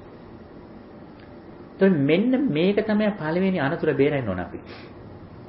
අන්න ඒ නිසා පළවෙනි අපි පහර දීම කරන්න ඕන මේ ලෝභයට, අවිජ්ජාවට, දැඩි බැඳීමට. එතකොට තමන්ගේ දරුවෝ වගේම අනිත් දරුවෙක් හිතලා අනිත් දරුවෙකුට උපකාරයක් කරනවා කියන්නේ ඒක හිතන්න එපා සුළුපටු දෙයක් කියලා. ඒක සාමාන්‍ය කෙනෙකුට කරන්න බෑ. දැන් බලන්න ඔබේ සාක්කුවේ ඔබේ පර්ස් එකේ තියෙන සල්ලි වලින් මුදලක් ඔබේ දරුවට වීදම් කරන වෙලාවේදී ඒ මිලම බලන්න වෙනත් දරුවෙකුට වීදම් කරන ඔබ සූදානම්ද කියලා. ඒක ලේසි නෑ, සරල නෑ. කරන්න පුළුවන්, හැබැයි අර වගේ ලේසි නෑ. අන්න හරි. හරියට හරි. දෙපාරක් හිතනවා අපි. දරුවට වියදමක් සපතු දෙකක් හරි ඇඳුමක් හරි අරන් දෙන වෙලාවේදී දෙපාරක් හිතන්නේ එකපාරම කරනවා ඒක. අපි දෙපාරක් හිතලා හරි ඒ දේ අපි කළොත් හොඳයි. ඒක තමයි කරන්න ඕන. ඒක තමයි දාන යුද්ධංච සමානමහෝ කියන්නේ. දාන යුද්ධයක් වගේ. ඒ නිසාම තමයි දෙපාරක් හිතලා කරන නිසාම තමයි අමාරුවෙන් කරන නිසාම තමයි තමන්ගේ දරුවට සපත්තු කුට්ටම කාරන් දුන්නට තමන්ට ඇත්තම පිනක් වෙන්නේ. ඒක සාමාන්‍ය දෙයක්. නමුත් තමන්ගේ දරුවට සපත්තු කුට්ටම් 100ක් කරන් දුන්නට වඩා ආනිසංස 10 වෙනත් පිටස්තර දරුවෙකුට එක සපත්තු කුට්ටම කරන් දෙන්නේ. ඒක ලොකු අභ්‍යන්තර සටනක් කළ යොකු යුද්ධයක් කළ තමයි ඒක කරන්නේ. ඒ නිසා මේක ආනිසංසත් වැඩි. ඒ කරනකොට තමන්ගේ හිතේ බොහොම ඉහළ මට්ටමට හිත ගිහිලා තියෙනවා. ඒතකොට මෙන්න මේ දේෙන් තමයි ආරම්භ කරන්නට ඕන. බුදුරජාණන් වහන්සේ දේශනා කරනවා නිර්වාණ අවබෝධය සඳහා දුකෙන් නිදහස් වීම සඳහා එකම මාර්ගයයි කියලා. ඒ තමයි සතර සතිපට්ඨානය. ඒ සතර සතිපට්ඨාන යද්දී මුලින්ම වඩන්න ඕන කරුණ දෙක විදිහට කියන්නේ විනය්‍ය ලෝකේ අවිජ්ජා දෝමනස්සං. ලෝකෙ තියෙන දැඩි ආසාවත් ද්වේෂයත් අඩු කරගන්න කියලා. නිකන් ලෝභය නෙමෙයි දැඩි ලෝභය. ඒකට කියන අවිජ්ජා කියලා. ග්‍රීඩි කියන එක. ග්‍රීඩ් එක. එතකොට මෙන්න මේ දෙක අඩු කරගත්තු පමණට තමයි Tamanට දුගතියට වැටෙන්න තියෙන අවස්ථාව අඩු වෙන්නේ. ඒ නිසා මේ අපි කරන දේවල් වලින් ඇත්තෙන්ම අපි ප්‍රතිඵලයක් බලාපොරොත්තු වෙනව නැත්තේ නේ. මේ ලෞකික මට්ටමේදී අපි මොකද? අපි තාම ඉන්නේ මේ ලෝකයේ ඇත. දැන් ඔබ හිතනවද මේ දැන් ඔබ පින්කම් කරනවනේ. මේ සිල් ගන්නවනේ. සිල් අරගෙන ඔබ ඇත්තටම බලාපොරොත්තු වෙන්නේ මොකද්ද? ඔව්. ඒක තමයි ඇත්තටම අපි කියනකොට ඒක තමයි කියන්නේ. නමුත් අපි මේ වැඩ ටික කරන්නේ ඇත්තෙම සසර සුගතියක් බලාපොරොත්තු වෙන්නේ ඇත්තටම කිව්වොත්. එතකොට සබ්බාස සූත්‍රය කියවලා බලන්න. ඒක කියනවා යම් කිසි කෙනෙක් මේ කර්ම කරන තැනැත්තාම නැවත සුගතිය හෝ දුගතිය ඉපදෙනවා කියලා හිතනවා නම් ඒකත් මිත්‍යා දෘෂ්ටියක්. ඒකත් දෘෂ්ටි කාන්තාරය දෘෂ්ටි විසූකයක් කියලා. ඉහළ දර්ශනයට සාපේක්ෂව එහෙමවත් අපිට හිතන්න බෑ. මරණයෙන් පස්සේ මේ සත්‍යයා මේ මමමයි මේ කර්ම කළා නැවත සුගතියට යන්නේ මනුස්ස ලෝකෙට එන්නේ කියලා හිතනවා නම් ඒකත් ලෝකෝත්තර සම්මාදිටට සාපේක්ෂව ඒකත් වැරදි දැක්ම. එතෙන්ටවත් එන්න බෑ අපිට. අපි ඉහළම දර්ශනයෙන් කතා කරනවනම් මේ මම කර්ම කළා මම සුගතිගාමී වෙනවා මම පින්කම් කළා මගේ මියගේ අම්මට පින් අනුමෝදන් වෙනවා කියන ඒ මට්ටමත් ඉක්මවල ගිහිල්ලා. ඒ තරම් දර්ශනයක් කියනවා. අපි ඒක අද බණේදී මේකත් විස්තර කරනවා. නමුත් මේ අනුපිළිවෙල මේ කියන්නේ මේ ටිකෙන් ටික අපි ඉදිරියට යන විදියයි මේ කියන්නේ. එතකොට මුලදී අපි ලෝකය ගැන වඩනකොට විතරක් නෙවෙයි පින්කම් කරනකොට විතරක් නෙවෙයි. අපි මෛත්‍රී භාවනා වඩනකොටත් ලෝකයේ සත්‍යයක් ඉන්නවා කියන හැඟීමෙන් තමයි කියන්නේ. ඇත්තෙන්ම ඒකත් චතුරාර්ය සත්‍යයට සාපේක්ෂව අනිත්‍ය ධර්මයට සාපේක්ෂව ඒකත් ඇත්තෙන්ම නියම දර්ශනයක් නෙවෙයි. නමුත් අපි මේක කරන්නේ උපක්‍රමයක් විදියට. ගෙදරක ගිනි අරගෙන ඉන්න වෙලාවේදී ඒ ගෙදර ඉන්න ළමයෙක් එළියට ගන්න අපි ඇතැම්මට බෝලයක් හරි කෑමක් හරි මොකක් හරි පෙන්නන ළමයි ඉක්මනට එළියට ගන්න. අන්න ඒ වගේ තමයි අපට මේ සසරේදී පළවෙනි අනතුර තමයි අපට තියෙන ආසන්නතම අනතුර තමයි දුගතිගාමී වෙන තියෙන අවස්ථාව. මහ ලොකු දෙයක් නෙවෙයි ඇත්තෙම. මරණාසන්න මොහොතේ අපට තිබහට යම්කිසි කෙනෙක් වතුර ටිකක් දුන්නොත් ඒ වතුර ටික හිර වෙලා මිය ගිහිල්ලා සමහර විට දුගතිගාමී වෙන අය ඉන්නවා. ඔබ අහලා තියෙනවද? ඇතැම්මට ජීවිත කාලෙම ඊටාම සමගියෙන් හිටිය අය සහෝදරයෝ අන්තිම මොහොතේ තමන්ගේ සහෝදරය දීපු වතුර ටික හිර වෙලා ඒ හිරවීමේ වේදනාවෙන් හිත නරක කරගෙන දුගතිගාමී වෙන විතරක් නෙවෙයි ඒ ජීවත් වෙන අනිත් සහෝදරයාට කරදර කරන්න ඇතිවෙනවා. ඒ වගේ සුළු දෙයකින් දුගතිගාමී වෙන්න පුළුවන් නම් අනිත් දේවල් ගැන අමුතුවෙන් කියන දෙයක් නැහැ. ඒ විතරක් නෙවෙයි අන්තිම මොහොතේ Tamanට ගේන තිමිච්ච කෑම වේල පරක් වුණා කියලා. ඒකට හිත රිදවගෙන කෑම වේලේ කියලා හිතන්නේ මේ මස් මාළුත් එක කෑම වේලක් කියලා. සමහරට මේ රොටියයි කට සම්බෝල ටිකයි. ඒකට කැමති වෙලා ඒක ගේන පරක් වුණා කියලා ඒක ගේන කලින් මේ ගිහිල්ලා දුගතිගාමී වෙලා ඒ ඥාතින කරදර කරන අය අපි මේ දන්න වර්තමාන සමාජෙත් ඉන්නවා. එහෙම සිද්ධීන් තියෙනවා. ඉතින් ඒ නිසා අපි මෙන්න මේකට පරිස්සම් වෙනවා. අපි ගැඹුරු දහමකට යන්නේ කොහොමදයි? හැබැයි මේ ප්‍රායෝගික මට්ටමේ ඉඳගෙන ටිකෙන් ටික අපි උපක්‍රමශීලීව නුවණින් ගැඹුරට අපි යන්නට ඕන. එතකොට මුලදී අපි පින්කම් කළා අනිත් දරුවන්ට සැලකලා කෙලිම ප්‍රාර්ථනා කරත් කමන්නේ. අනේ මේ පිණින් මගේ දරුවන්ට යහපත වෙන්න කියලා. හැබැයි අපි හැමදාම එතන ඉන්නේ. අපි ටිකෙන් ටික ඉහළට යනවා. ඉහළට යනකොට කොහොමද? සාමාන්‍ය දාණය විතරක් නෙවෙයි. දානෙ දීලා අපි තවත් ගැඹුරට යනකොට අපි දානෙන් ඉහළම දාණය වන ධර්ම දාණය දෙනවා. සබ්බ දානං ධම්ම දානං ජිනාති කියපු විදිහට ධර්ම දාණයෙන් තමයි ඉහළම කුසලයේ වෙන්නේ. ඒ ධර්ම දාණයට වඩා අනිසංසදායී සිල්වත් වෙන එක. පංචශීලය රකින්න එක. ඊටත් වඩා අනිසංසදායී බුදුරජාණන් වහන්සේ දේශනා කරනවා ඊටාම සුළු වේලාවක් හරි මෛත්‍රී භාවනා වඩන්නේ. සීල සත්‍යෝ සුවපත් වෙත්වා සුවපත් වෙත්වා සුවපත් වෙත්වා කියලා වඩන. අපේ හිතේ තියෙන මානසික අසහනය දුරු කරගන්න මේක තමයි වර්තමානයේ බෞද්ධ විතරක් නෙවෙයි අබෞද්ධ අයත් ප්‍රැක්ටිස් කරන එක. අපට බොහෝ විට හිතේ අසහනය ඇති වෙන්නේ, හිතේ දුක ඇති වෙන්නේ අපි අනිත් අය සමග තියෙන අවනාපයෙන් හින්දා. අපට බොහෝ විට හිතේ ගැටුම් ඇති වෙන්නේ අපේ ඇත්තටම මෛත්‍රියක් නැති හින්දා. අපි බොහෝ විට මෛත්‍රී භාවනාව ගැන අහලා තියෙනව නේද? ආනිසංස ගැනත් හුඟක් විට අහලා තියෙනවා අපි. සුඛං සුපති හොඳට නිින්ද යනවා සුඛං පටිභුජ්ජති ඔහොම කියලා නපාපකං සුපිනම් පස්සෙති ඔහොම කියලා සුගතියට යන බ්‍රහ්ම ලෝකෙට යෑම ගැන දක්වාම ආනිසංස ටික අපි අහලා තියෙනවා. හැබැයි බලන්න අපි කොච්චර පාවිච්චි කරලා තියෙනවද කියලා මේක වඩලා තියෙනවද කියලා. දවසට විනාඩි 5 ගානේ අඩුම වශයෙන් පින්නතුනේ ඔබ මාසයක් මේක කරන්න බලන්න. සීල සත්‍යෝ සෝප මගේ ගෙදර ඉන්න හැමදෙනාම සුවපත් වෙත්වා සුවපත් වෙත්වා සුවපත් වෙත්වා මේ ගමේ ඉන්න මේ සිටි එකේ ඉන්න හැමදෙනාම සුවපත් වෙත්වා සුවපත් වෙත්වා සුවපත් වෙත්වා මේ කවුන්ටියේ මේ ස්ටේට් එකේ මේ රටේ මේ කොන්ටිනන්ට් එකේ මේ අර්ත් එකේ කොහොම ටිකෙන් ටික ලෝකෙටම වඩන බල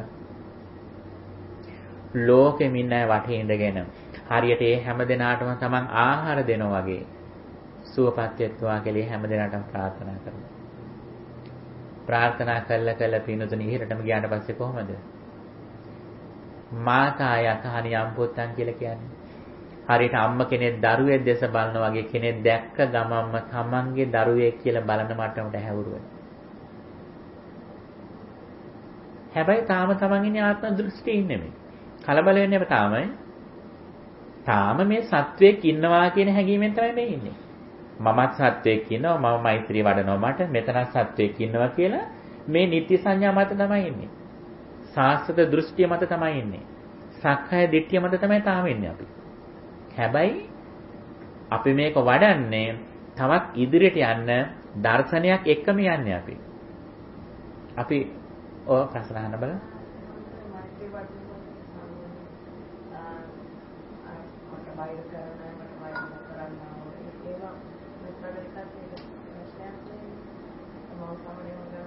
එහෙම වැඩුවට කමක් නැහැ. ඇත්තෙම දැන් අලුත්ම ක්‍රමය තමයි දැන් වෛර කියන පදේ ගත්තු ගමන් මැතැම් ඊට නැති වෛරයක් තමයි ඇති කරගනවා ඉස්සෙල්ලා. ඊට පස්සේ තමයි නැති කරන්නේ. නැත්නම් අපි බොහෝ විට ප්‍රැක්ටිස් කරන වෙලාවට අපි කියන සීල සත්‍යෝ සුවපත් වෙත්වා සුවපත් වෙත්වා ශාන්ත සුවයටපත් වෙත්වා එහෙම හොඳ වචනමයි කියන්නේ. දැන් වෛර නැත්තෝ වෙත්වා තරහ නැත්තෝ වෙත්වා ක්‍රෝධ නැත්තෝ වෙත්වා කියනවා අපි ළඟ දැනට ක්‍රෝධයක් නැහැ. කොහොමවත් නැහැ. නැති එකයි අරගෙන ඒක නැති කරන්න හදනවා. නිතරම තමන් සුභවාදී පැත්තෙන් හිතන තරමට හොඳයි. ඒ වචන උනත් බලපානවා ඒක. එතකොට මේ ගියයටත් මෛත්‍රී කරන්න පුළුවන් බැරි නැහැ. එයන් දැන් කොහේ හරි ඉපදිලානේ ඉන්නේ.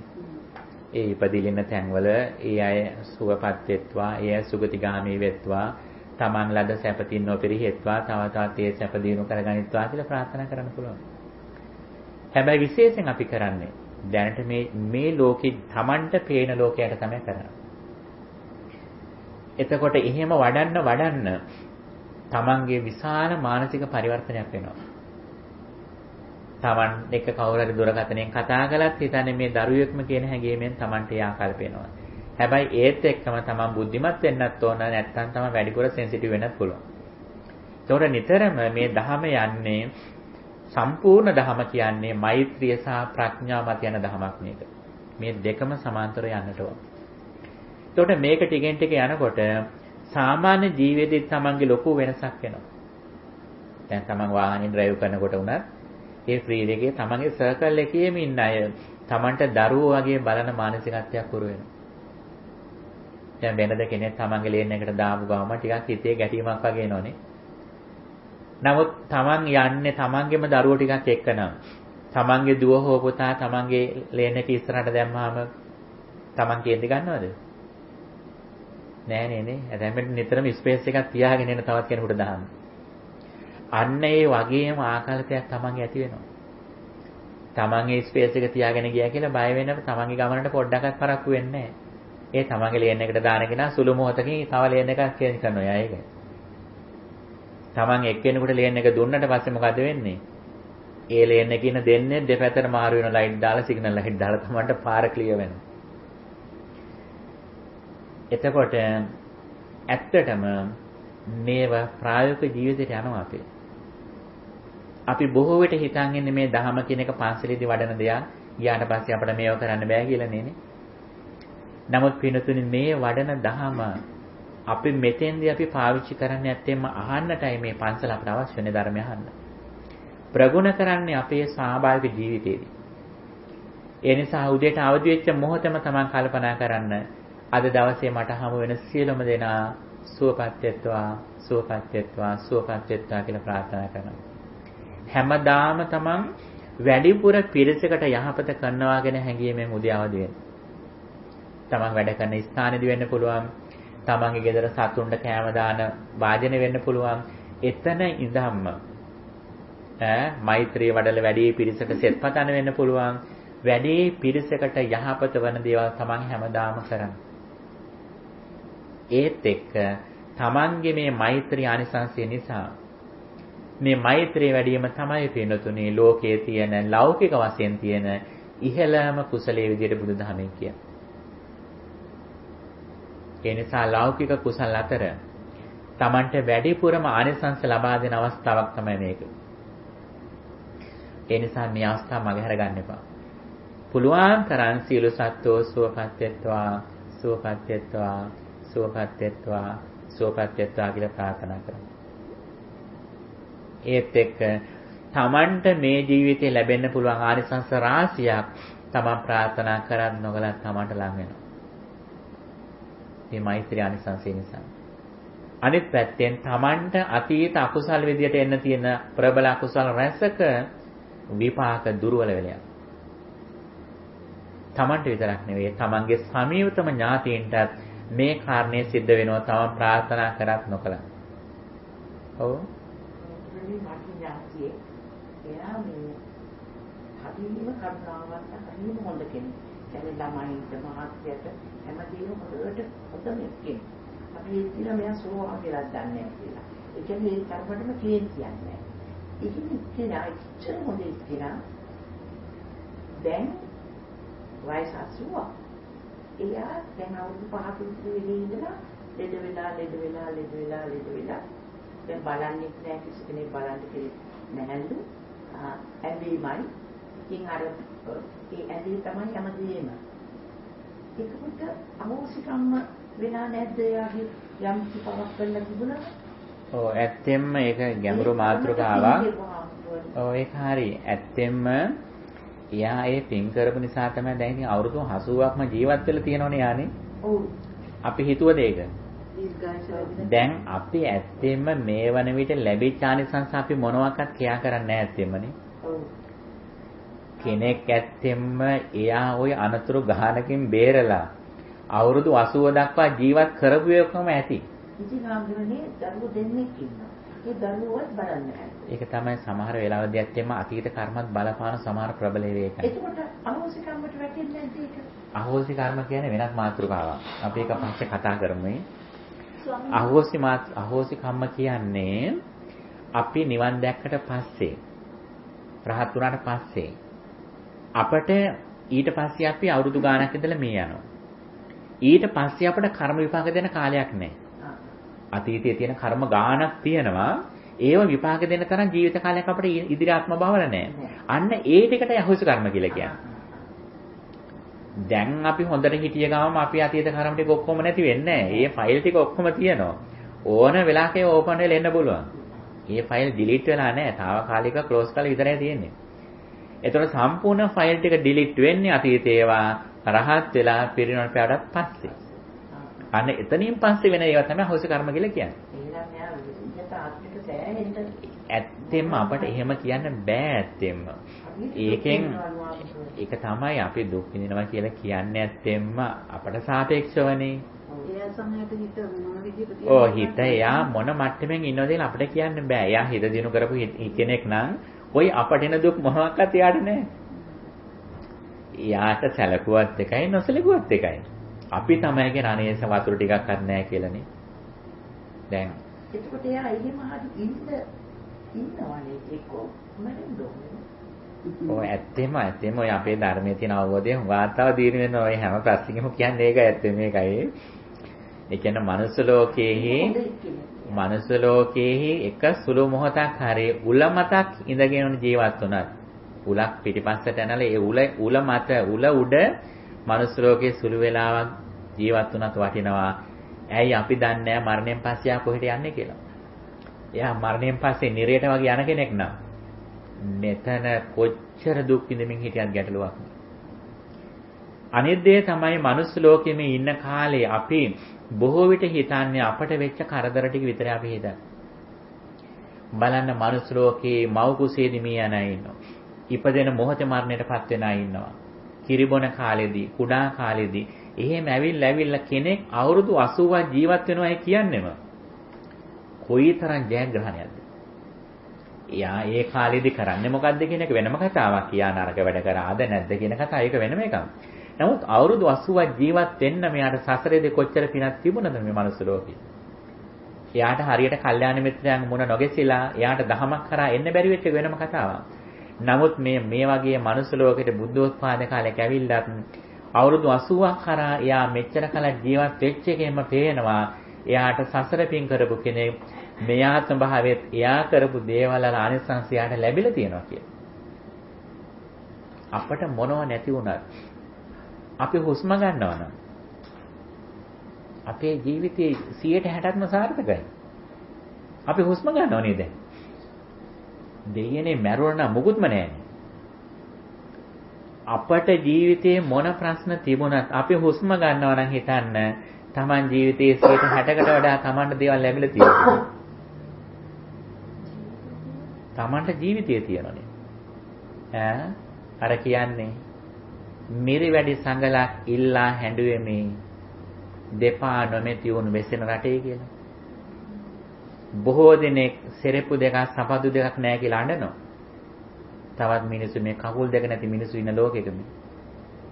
එතකොට අපට ඇත්තෙම මේ මොහොතේ ලැබිච්ච හුඟක් දේවල් තියෙනවා.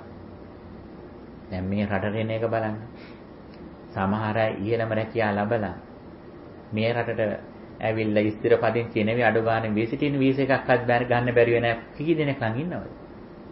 ආවට පස්සේ අපට ඕක මතක නැහැ ඊට පස්සේ. ආවට පස්සේ ඊළඟ එක නැහැ කියලා තමයි ඊට පස්සේ අඬන්නේ. ඇත්තෙම අපේ ජීවිතේ මේ මොහොතේ ජයග්‍රහණ රාශියක් අපි ලබාගෙන තියෙන්නේ නැත්තේ.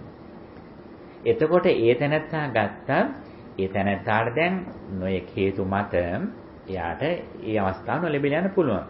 ඇතැම් විට අපි දන්න කාලේ එයා හොඳට හිටිය කෙනෙක් වෙන්න පුළුවන්. ඇතැම් විට එයාට අම්මට තාත්තට සලකන තිමිච්ච ඒ අවස්ථාව එයා හරියට පැහැරහැරපු කෙනෙක් වෙන්න පුළුවන්. එයාට ඒ වෙලාව කරන්න බැරි වුණු කෙනෙක් වෙන්න පුළුවන්. ඇතැම් විට ඒවම වෙන්න පුළුවන් මේ කරගෙවෙලෙම එන්නේ. අපිට කෙනෙකුගේ ජීවිත කාලයෙන් අපට පේන ඊටාම සීමිත කාලයයි. අන්නේ සීමිත කාලය දිහා බලලා තමයි අපි යම් තීරණ වලට එන්නේ. බුදුරජාණන් වහන්සේ කෙනෙක් කියලා කියන්නේ එහෙම කෙටි කාලයක් බලලා පුද්ගලයෝ ගැන ඩිසිෂන් එකකට යන්නේ නැහැ. උදාහරණයක් කියන්න.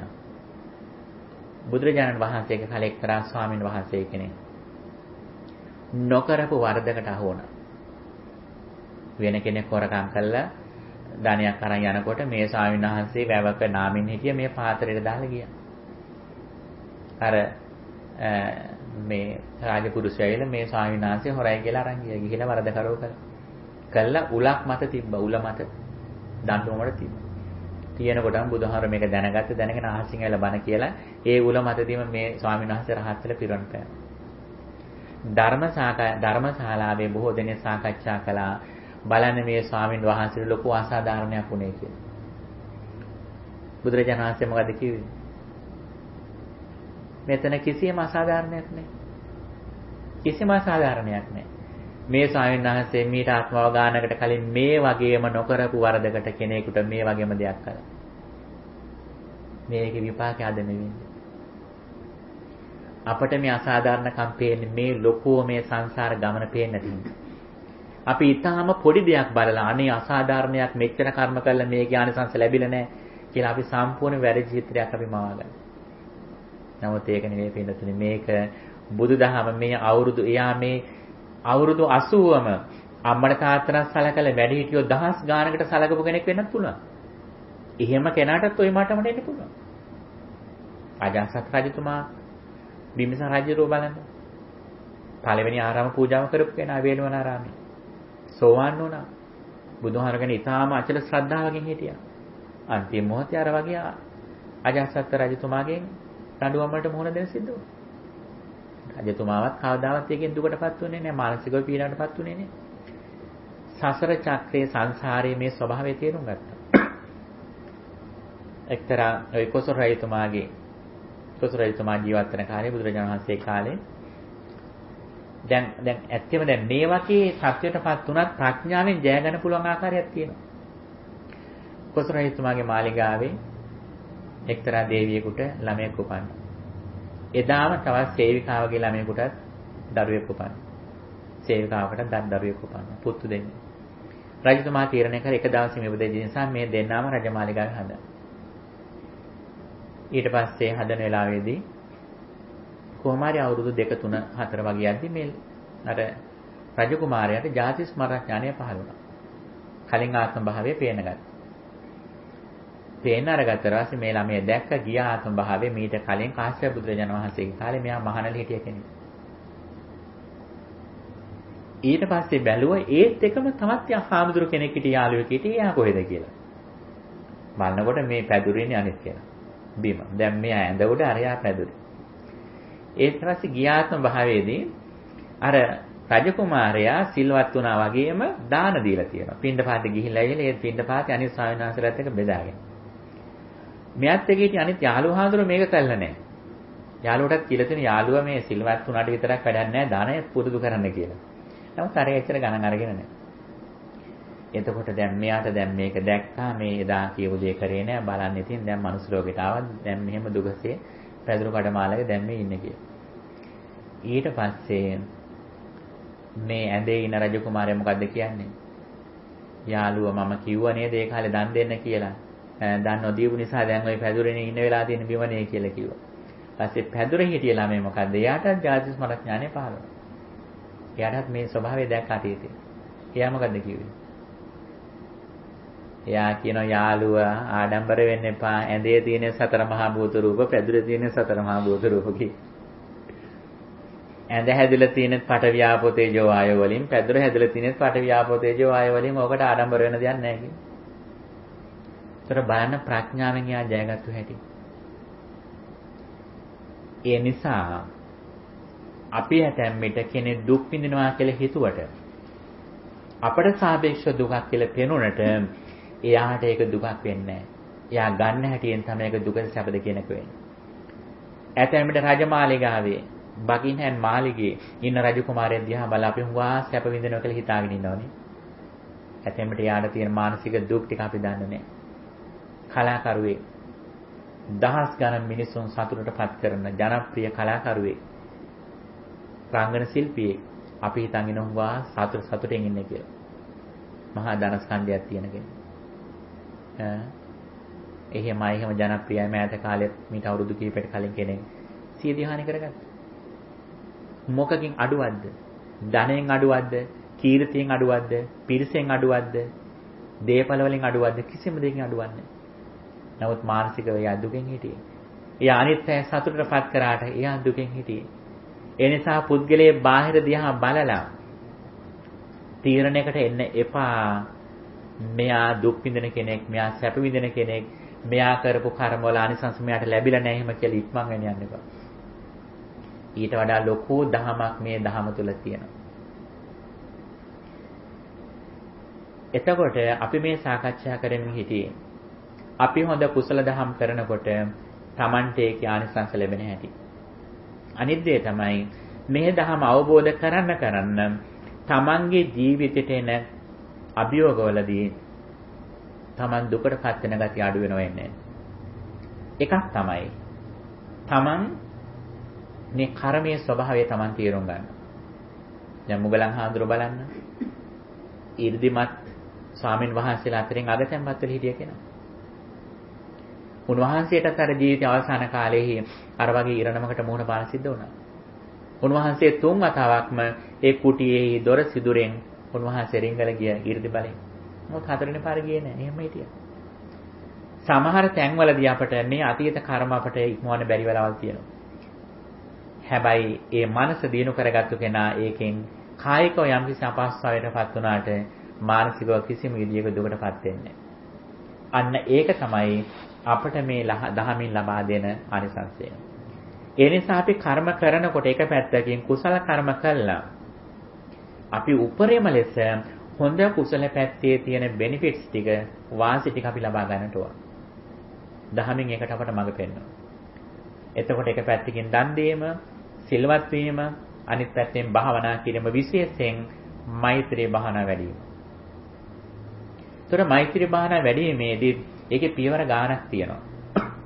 මුලදී තමන් ළඟම ඉන්න අයට, නැත්නම් තමන් අහිතවත් අයට, තමන් එක අමනාප අයට, මැදහත් අයට, එහෙම ලෝකේ ඉන්න සියලුම සත්‍යයන්ට අප මෛත්‍රී වඩනවා.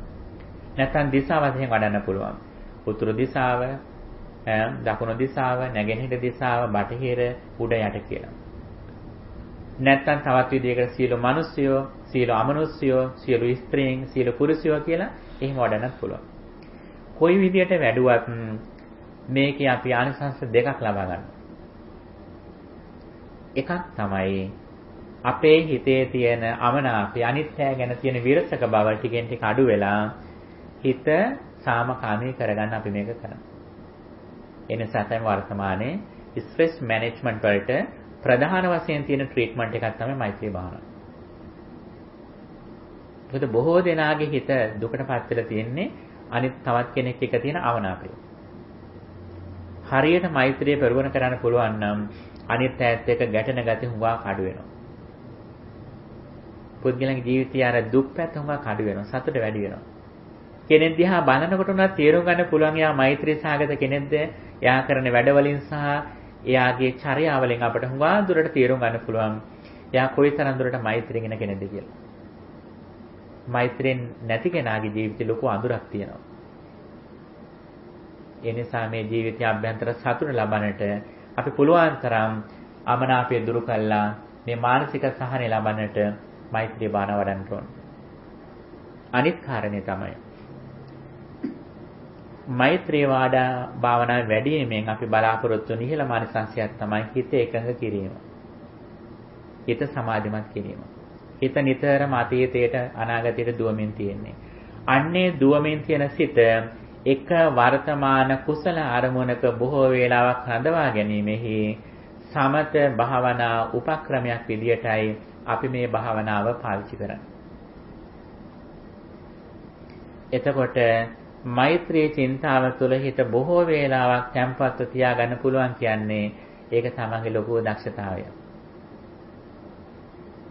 ඇතැම්මට කෙනෙක් හුඟක් උගත් කෙනෙක් වෙන්න පුළුවන්. හුඟක් ධනවත් කෙනෙක් වෙන්නත් පුළුවන්.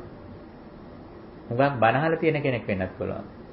හැබැයි හිත එකඟ කරන්න දක්ෂ නෑ යා. හිත එකඟ කිරීමේ දක්ෂතාවය මත තමයි තමන්ගේ දක්ෂතාවය ඇත්තටම තීරණය වෙන්නේ. මම මේකට කියන්නේ සමතේ වඩන්නට Tamanට කොච්චර කාලයක් පුළුවන්ද කියන එක මත තමයි ඇත්තෙම බුද්දිස් ජීවිතයක කියලා මම කියන්නේ. ඒක ස්වාමීන් වහන්සේ දැන් මෛත්‍රී කුමන භාවනාවයි.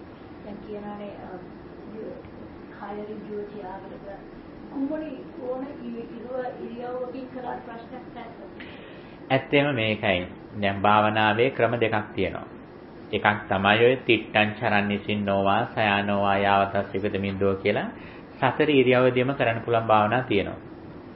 මෛත්‍රී භාවනාව, බුදුගුණ භාවනාව, අසුභ භාවනාව, ඊළඟට ධාතු මනසිකාරය ඒවා අපට සතර ඉරියව්වෙදීම කරන්න පුළුවන්. හැබැයි ඒව කළත් අපි ඒව කළා අර මූලික බලාපොරොත්තුව ඉෂ්ට වුණාට පස්සේ අපි එතනින් නවතින්නේ නැහැ. කියන රාගය අඩු කරගන්න අපි මේ ශරීරයේ කොටස් කෙස්, ලොම්, නිය, දත් කොහොම වෙන් කරලා බලනවා. ඒ බලන එක අපිට දැන් මෙහෙම ඉන්න ගමනොත් කරන්න පුළුවන්. ඇවිදින සක්මන් කරීමනොත් කරන්න පුළුවන්. ඒකෙන් ඒ රාගය අඩු කිරීමත් එක්ක අපි එතනින් නවතින්නේ නැහැ. මෛත්‍රී භාවනා කළා ද්වේෂය අඩු කිරීම නවතින්නේ. අපි ඊළඟට දෙවෙනි පියවරට යනවා. හිත එකඟ කිරීම තමයි ඊළඟ රිසල්ට් එක. ඒ සඳහා අපට එක ඉරියව්වක වාඩි වෙන්න වෙනවා. ඒ චිත්ත සමතයට යද්දී අපි අර හතර ඉරියව්ව පුලන් වුණාට අපි එක ඉරියව්වකට වැඩිපුර අවධානය යොමු කරනවා. එතෙන්දී අපි වැඩි වේලාවක් එක ඉරියව්වක නිශ්චිත ශරීර සකස් කිරීමක් මත අපි දිග වේලාවක් ඉන්න උත්සාහ කරනවා. ඒක තමයි සමතේදී වෙන්නේ. හිත සමාධිමත් කරනකොට එක ඉරියව්වක අපිට ඉන්න වෙනවා. ඒකෙන් කියන්නේ ඒක විතරේ කියලා. ඒකෙත් තව ප්‍රභේද තියෙනවා. ඊළඟ කාරණය තමයි මෛත්‍රිය වඩන එකේ මෛත්‍රිය වඩන අවස්ථාවේදී අපි බලාපොරොත්තු වන්නේ හිත එකඟ කිරීම. එතෙන්දී අපි බලාපොරොත්තු වෙන්නේ ආත්ම සංඥාව දුරු කරන අදහසින් නෙවෙයි කරන්නේ. මෛත්‍රිය වඩනකොට සත්වයේ පුද්ගලයෙක් ඉන්නවා කියන හැඟීමෙන් තමයි කරන්නේ. දැන් කෙනෙකුට ප්‍රශ්න කරන්න පුළුවන් අනේ ඉතින් සත්වයෝ ඉන්නවා කියලා සත්ව සංඥාවෙන් ගන්න එක නේද මේ වෙන්නේ කියලා නේ. ඒ තරම් යථාර්ථවාදී වෙන්න යන්න එපානේ. එහෙම කරන්න ගියොත් මුකුත්ම කරන්න වෙන්නේ නැහැ. මෛත්‍රී වඩනකොට සත්වයේ පුද්ගලෙක් ඉන්නවා කියන හැඟීමෙන් තමයි කරන්නේ. හැබැයි අපි ඒක එතනින් නවතින්නේ නැහැ. බුදුරජාණන් වහන්සේගේ ශ්‍රාවකයන් හැටියට අපි මෛත්‍රී වඩන්නේ කොහොමද? වස්සග්ග පරිණාමය කියලා කියනවා. නිවනට ඉලක්ක කරගෙන නිවනට නැමිලා ඒක කරන්නේ. ඇයි ඒ කියන්නේ මේ සත්පුද්ගල සංඥාවෙන් අද මේකෙන් හිත සමාධිමත් කළාට ඒක යාගේ අවසාන ඉලක්කය නෙවෙයි. ඒකෙන් හිත සමාධිමත් කරගෙන ඒ සමාධිමත් වෙච්ච හිතින් ඊළඟ මොහොතේ ආත්ම සංඥාව දුරු කරන විදිහේ දර්ශනයකට යන්නයි මේක කරන්නේ. එතකොට මෙන්න මෙතෙන්ට යද්දී මෙන්න මේ පියවර පසු කළ යද්දී අපට සුතමේ ඥාණයෙන් අසා දැනගන්නට ඕන ඊළඟට අපි මොකද ප්‍රැක්ටිස් කරන්න කියන එක. එතකොට අර මුලින් කරපු කළු කර්ම, සුදු කර්ම, කළු සුදු දෙකම මිශ්‍ර කර්ම ඔක්කොම යන්නේ මෙන්න මෙතන දක්වා විතරයි. මෙතනින් පස්සේ යන්නේ ඊළඟ හතරවෙනි කර්මය. ඒ මොකද්ද? ඒ තමයි අත්ති බික්කවේ කම්මං අඛන්න අසුඛං අඛන්න අසුඛ විපාකං. කළුත් නොවන සුදුත් නොවන කර්ම ටිකක් මෙතන ඉඳන් අපි පටන් ගන්නවා. මෙන්න මෙතෙන්දී ඔන්න දැන් කලින් අහපු ප්‍රශ්නෙක විසඳන ඔක්කොම ටික. දැන් ඔන්න පින්කම් කරද්දී තමන්ගේ දරුවෝ විභාගේ පාස් වෙන කියලා හිතලවල් තමන්ගේ මියගේ ඥාතින පින් අර ඒ කතාව ඔක්කොම අවසන් මෙතන ඉඳන්. දැන් ඔන්න මෙතන ඉඳන් සම්පූර්ණයෙන්ම ගමන් මඟ වෙනස් වෙනවා. මෙතෙන්ට එනකන් තමයි අපි කියන්නේ පන්සලේ, පල්ලියේ, කෝවිලේ දැල්වෙන්නේ එකම පහනයි කියලා. මෙතන ඉඳන් අපේ පහන වෙනස්. මෙතන ඉඳන් යන්නේ සම්පූර්ණයෙන්ම ආත්ම දෘෂ්ටිය දුරු කරමින් අවිද්‍යාවට, මෝහයට පහර ගැසීමෙන් තමයි මෙතන ඉඳන් අපි ගමන යන්නේ. මෙතන ඉඳන් සම්පූර්ණයෙන්ම අනිත්‍යතාවය පසක් කරමින් යන්නේ. මෙතනින් පස්සේ අඩුවානේ Tamanට මෛත්‍රිය වඩන්න කියලා කෙනෙක් ඉතුරු වෙන්නේවත් නැහැ පිටත්තට. රාගය දුරු කරන්න කියලා හිතලා අසුභ සංඥා වඩන කෙනෙක්වත් Tamanට ඉතුරු වෙන්නේ නැහැ. දන් දෙන්න කියලා කෙනෙක්වත් Tamanට ඉතුරු වෙන්නේ නැහැ. හැබැයි එකෙන් කියන්නේ දන් දෙන්නේ නැහැ කියන එක නෙවෙයි කියන්නේ. තමන්ගේ මේ ආධ්‍යාත්මික ලෝකයේදී තමන් ඉහළ දර්ශනයකයි දැන් මේ. මෙන්න මෙතෙන්ට එනකන් කලබල වෙන්න හොඳ නැහැ. එකපාරම අනේ මේ දන් දෙනකොට ප්‍රාර්ථනා කරන්න හොඳ නැහැ. එච්චර කලබල වෙන්න හොඳ නැහැ. ඒ ටික ඔක්කොම කරන්න හිමිසිරුව කරන්න. කළා මෙතන ඉඳන් යනකොට තමන් මොකද්ද? තමන්ට දර්ශනයක් තියෙනවා. මොකද්ද අපේ ජීවිතය කියන්නේ කියලා. මොකද්ද අපේ ජීවිතය කියන්නේ? අපි හිතන් ඉන්නවා දැන් අපි මේ ටික අපි 4-5 දෙනෙක් මෙතන ඉන්නවා මේ රූප ටිකක් තියෙනවා කියලානේ. දැන් බලන්න අපි හැමදේනම මේ එක සුළු මොහොතෙන් මිය ගියා කියලා බලන්න. මෙතෙන් අපි මැරුණා කියලා කියන්නේ.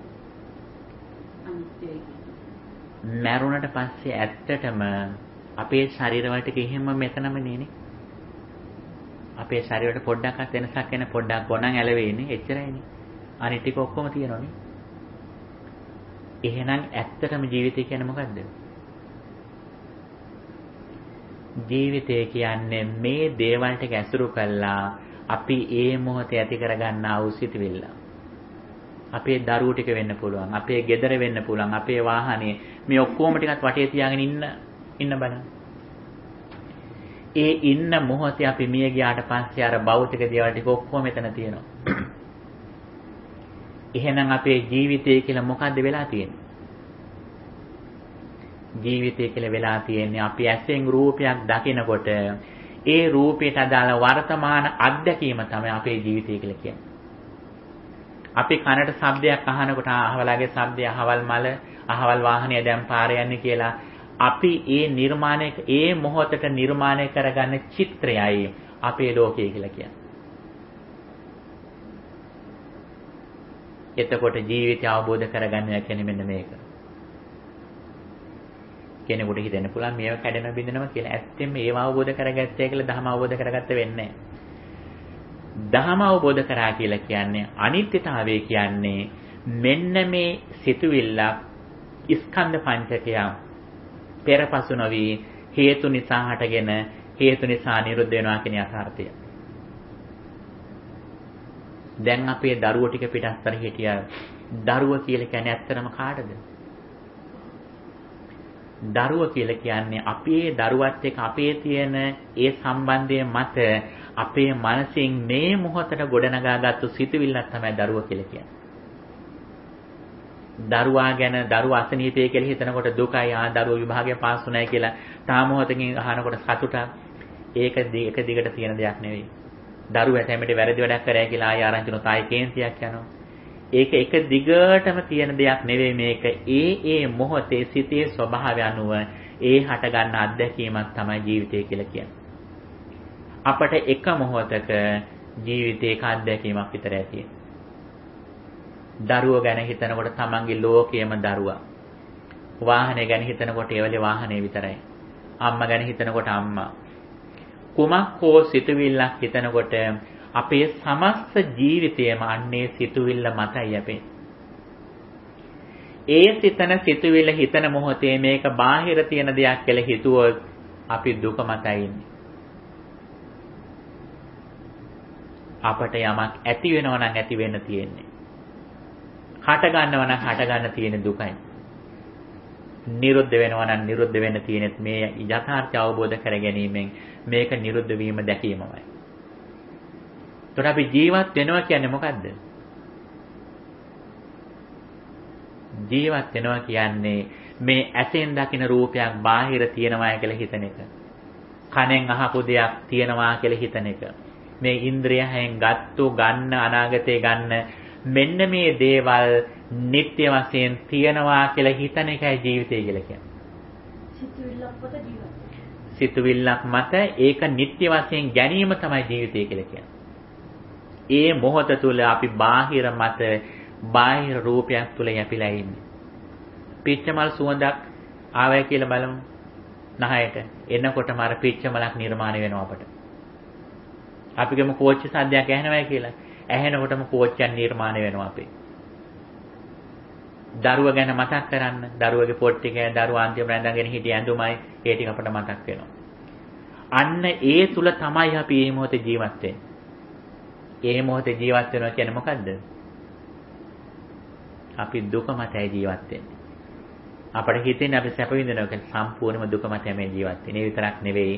ඒ තුල ජීවත් වෙනවා කියන්නේ මොකද්ද? ඕනම මොහොතක නැවත භවයට යන සූදානම්. නැවත ඊළඟ උපතට යන සූදානම්.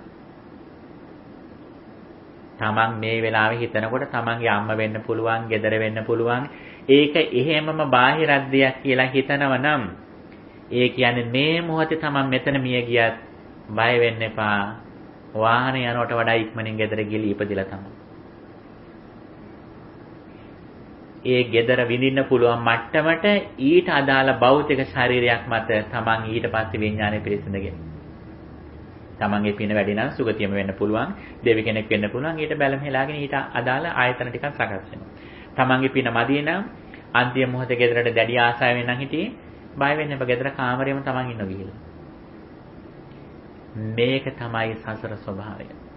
මෙතනින් මේ ශරීරය අයින් වුණත් මනසින් ඊට අදාළ ආයතන ටිකක් සකස් කරගෙන භෞතික දෙයක සිත පිළිසිඳගෙන. අපි සසර මේ තරම් දිග කාලයක් ආවෙත් මෙන්න මේ අවිද්‍යාව මත ගොඩනැගිච්ච භවය නිසා. මේකටයි භවය කියලා කියන්නේ.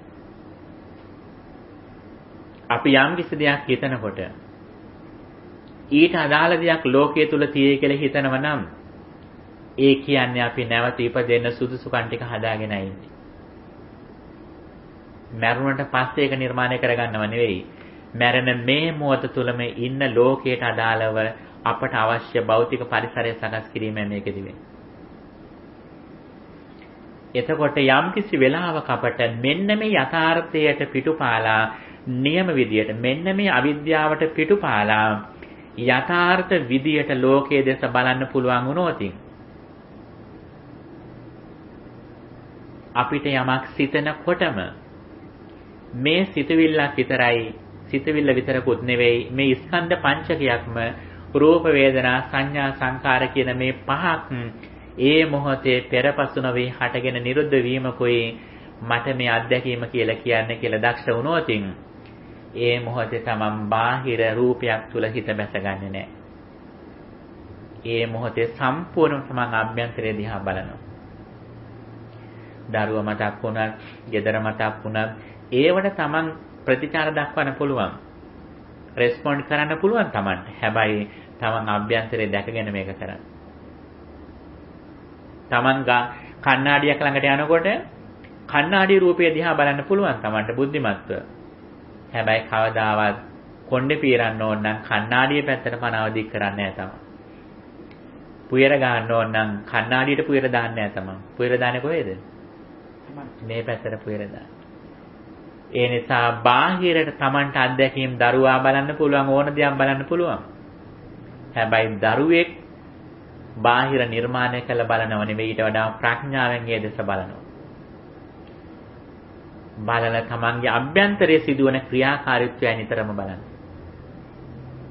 ඒකෙන් කියන්නේ දරුවා ලෙඩ වුණාම සලකන්නේ නැහැ, දරුවෝ ඉස්කෝලේ එක යන්නේ නැහැ කියලා නෙවෙයි මේ කියන්නේ.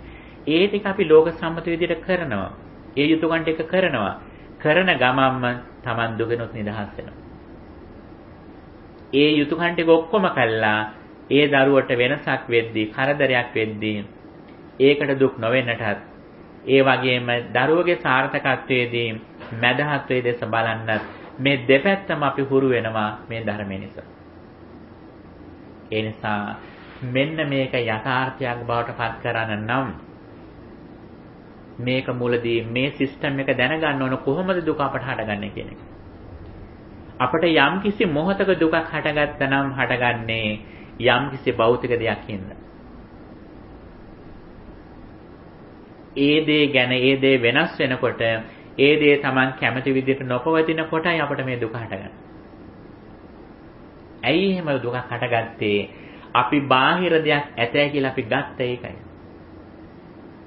නමුත් ඇත්තටම බාහිර තිමිච්ච දෙයක් නෙවෙයි, අපේ මනසේ ස්වභාවය අනුව Taman ඒ වෙලාවේ නිර්මාණය කරගත්තු දේකුයි Tamanට මේ අත්දැකීම ලැබෙන්නේ. මෙන්න මේක හරියට දැක්කොත් ඇහැට රූපයක් පේනකොට, කනට ශබ්දයක් ඇහෙනකොට, නාසයට ගඳ සුවඳක් විඳිනකොට, දිවට රසයක් දැනෙනකොට, ශරීරයට පහසක් ලැබෙනකොට, සිතට සිතුවිල්ලක් එනකොට මේ ආයතන හයෙන්ම Tamanට ලැබෙන අත්දැකීම් වලදී හැම මොහොතෙම මේ අත්දැකීම හටගලා නිරුද්ධ වෙන ආකාරය Taman දකිනවා. ඒ දකින මොහොත තුල එක තත්පරයක් නම් Taman දකින්නේ. ඒ තත්පරය තුලදී Taman කිසිම තැනක කිසිම රූපයක Tamanගේ හිත බැසගෙන නැහැ වලේ සම්පූර්ණම Taman ප්‍රඥාව තුල ජීවත් වෙන්නේ. ඒ තුල Taman රූපයක බැසගෙන නැහැ කියලා කියන්නේ මොකද්ද?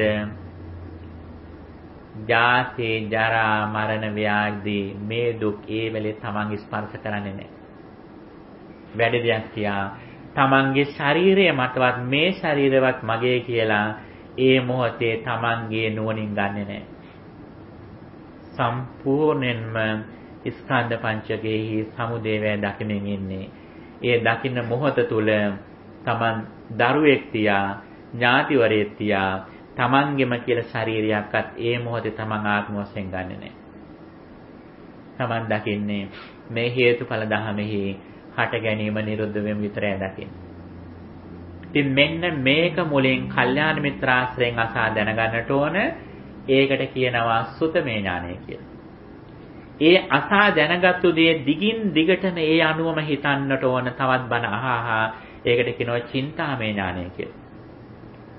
අන්නේ අහපු දේ භාවනාමේ පඤ්ඤා විදියට තව දුරටත් වඩන්නට ඕන. ඒකෙන් තමයි ප්‍රතිඵලය ලැබෙන්නේ.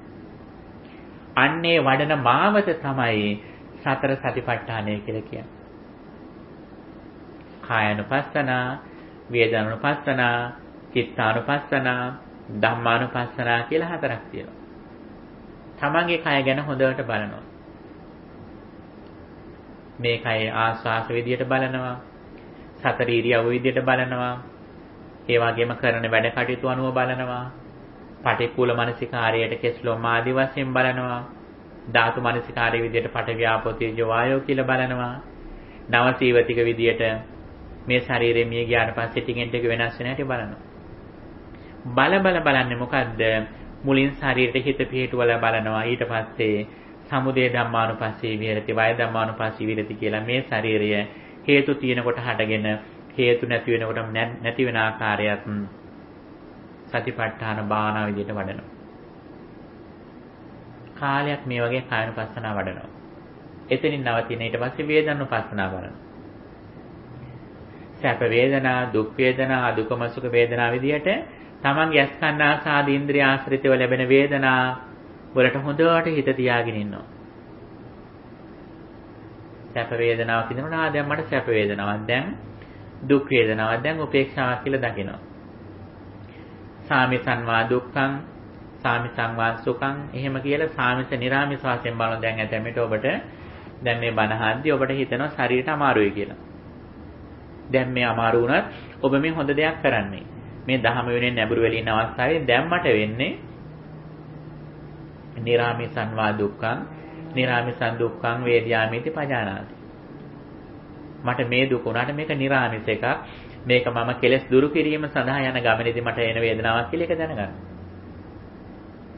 මේ වෙලාවේ ඔබට මනසට සතුටක් එනවා නම් ඔබ දකිනවා මේක නිරාමිසං වා සුඛං නිරාමිසං සුඛන්ති පජානාති. මට දැන් මේ විරාගයට බර වෙච්ච අවස්ථාවක් යන සැපයක් කියලා Taman දකිනවා. මධ්‍යස්ථ වේදනාවක් දකිනවා. ඒ විතරක් නෙවෙයි ඒ වේදනාව සමුදය ධම්මානුපස්සී විහෙරති, වය ධම්මානුපස්සී විහෙරති විදිහට දකිනවා. මේ වේදනාව එක දිගටම තියෙන දෙයක් නෙවෙයි. මේක හැම මොහොතෙම හේතු වැඩි කල්ලි හටගෙන හේතු නැති වෙනකොට එතනම නිරුද්ධන ආකාරය දකිනවා තමයි. දැන් Tamanට කකුල් දෙකේ වේදනාවක් තියෙන පුළුවන්. හැබැයි ඒක දිගට මේක දිගට තියෙන්නේ නැහැ. ඒ ගැන ඇත්තටම හිතුවොත් තමයි හිතෙන්නේ. හොඳට දැන් කොච්චර කකුල් දෙකේ වේදනාවක් තිබ්බත් දැන් හොඳ ධර්ම කාරණයකට හිත යොමු කරලා තියෙනකොට අරක මතක් වෙන්නේ නැත්තේ. දැන් තමන්ගේ හිතේ රදයක් කියලා බලන්න ඉන්න වෙලාවට ගෙදර ඔළුව අල්ලගෙන ඉන්නවා. තමන්ගේ හොඳ යාළුවෙක් කෙනෙක් දුර ඉන්නා. මොකද්ද වෙන්නේ? ඔහො අර හිතේ රදේ ඇත්තෙන්ම තියෙනවා. තිබ්බට ඒ වෙලේ මනසට ඒක සම්බන්ධ නැහැ. ඒසයි වේදනාවක් වෙන්නේ නැහැ තමයි. එතකොට මේ වේදනාව කියන එකේ මනසත් එක්ක මේ ස්කන්ධ පංචකෙම සම්බන්ධ වුණොත් තමයි මේ වේදනාව වෙන්නේ. ඒකට අපි දක්ෂ වෙන්නට ඕන ඒක කුසල පැත්තට යොමු කරන්නට සහ මේ වේදනාවේ තියෙන අනිත්‍යතාවයක් දකින්න තමයි දක්ෂ වෙන්නට ඕන. ඒකට වේදනාවත් Taman ආත්ම වශයෙන් ගන්නෑ. නචකින්චි ලෝකේ උපාදීයති. ඊළඟට චිත්තානුපස්සනාව. හිතට එන අරමුණු. සරාගං වා චිත්තං, විතරාගං වා චිත්තං, සදෝසං වාචිත්තං, වීතදෝසං වාචිත්තං, සමෝහං, වීතමෝහං මේ වශයෙන් රාග දේශ මොහ විදියට, විරාග විදෝෂ විමෝහ විදියට ඒ අවස්ථාවේ තියෙන සිත ගැන හොඳට දැනගන්නවා. දැන් සිත මේකයි කියලා. ඒක නැති කරන්න යන්නේ නැහැ. දැන් මේ වෙලාවේ තියෙන සිත ගැන බලනවා. එච්චරයි. ධම්මානුපස්සනාවට යනකොට ඒ සිතත් එක්ක තියෙන සිතුවිලි ගැන පංච නීවරණ වෙන්න පුළුවන්. නැත්නම් චතුරාර්ය සත්‍ය, ස්කන්ධ, ධාතු, ආයතන ආදී වශයෙන් විවිධ න්‍යාය වලින් මේ සිතුවිලි බලනවා. ඒ සිතුවිලි වල අනිත්‍යතාවය බලනවා. දැන් මේ මුලින් කලේ අපේ ජීවිතයේ කොටස් හතරකට බෙදුවා. කාය, වේදනා, චිත්ත, ධම්ම කියලා. මේ ටික වෙන් වෙන්ව බැලුවේ මොකටද? හරියට තේ එකක් හදනකොට අපි කලින් බලනවා තේකට දාන්නේ මොනවද කියලා. වතුර දානවා, තේකොළ දානවා, සීනි දානවා, ඉඟුරු ටිකක් දානවා. ඒව මුලින් දැනගන්න මේ හදන වට්ටෝරු. ඒ වට්ටෝරු අපි දැනගෙන අපිට තේ හදන්නත් පුළුවන්. තේ එකක් බොනකොට Taman දන්නවා මේ තේයකට සීනි ටිකක් වැඩි. ඉඟුරු ටිකක් මදි. කහට වැඩි. රස්නේ මදි කියලා දැන් තේක බොනකොටම දන්නවා. ඒ දැනගත්තේ කොහොමද ඔබ? ඔබ වෙන් කරාද? ඔබ පීරිසික දැම්ම දාමේ තේකොළ ටික මෙන්න මේ වුණ වතුර ටික මේ සීනි ටික කියලා ඔබ වෙන් කළද? තේරුම් ගත්තේ? කොහොමද තේරුම් ගත්තේ? ඔය තේරුම් ගත්තේ තමන්ගේ නුවණින්. අන්නේ වගේම තමයි මේ සතර සතිපට්ඨානේ වඩන්නේ මොකටද?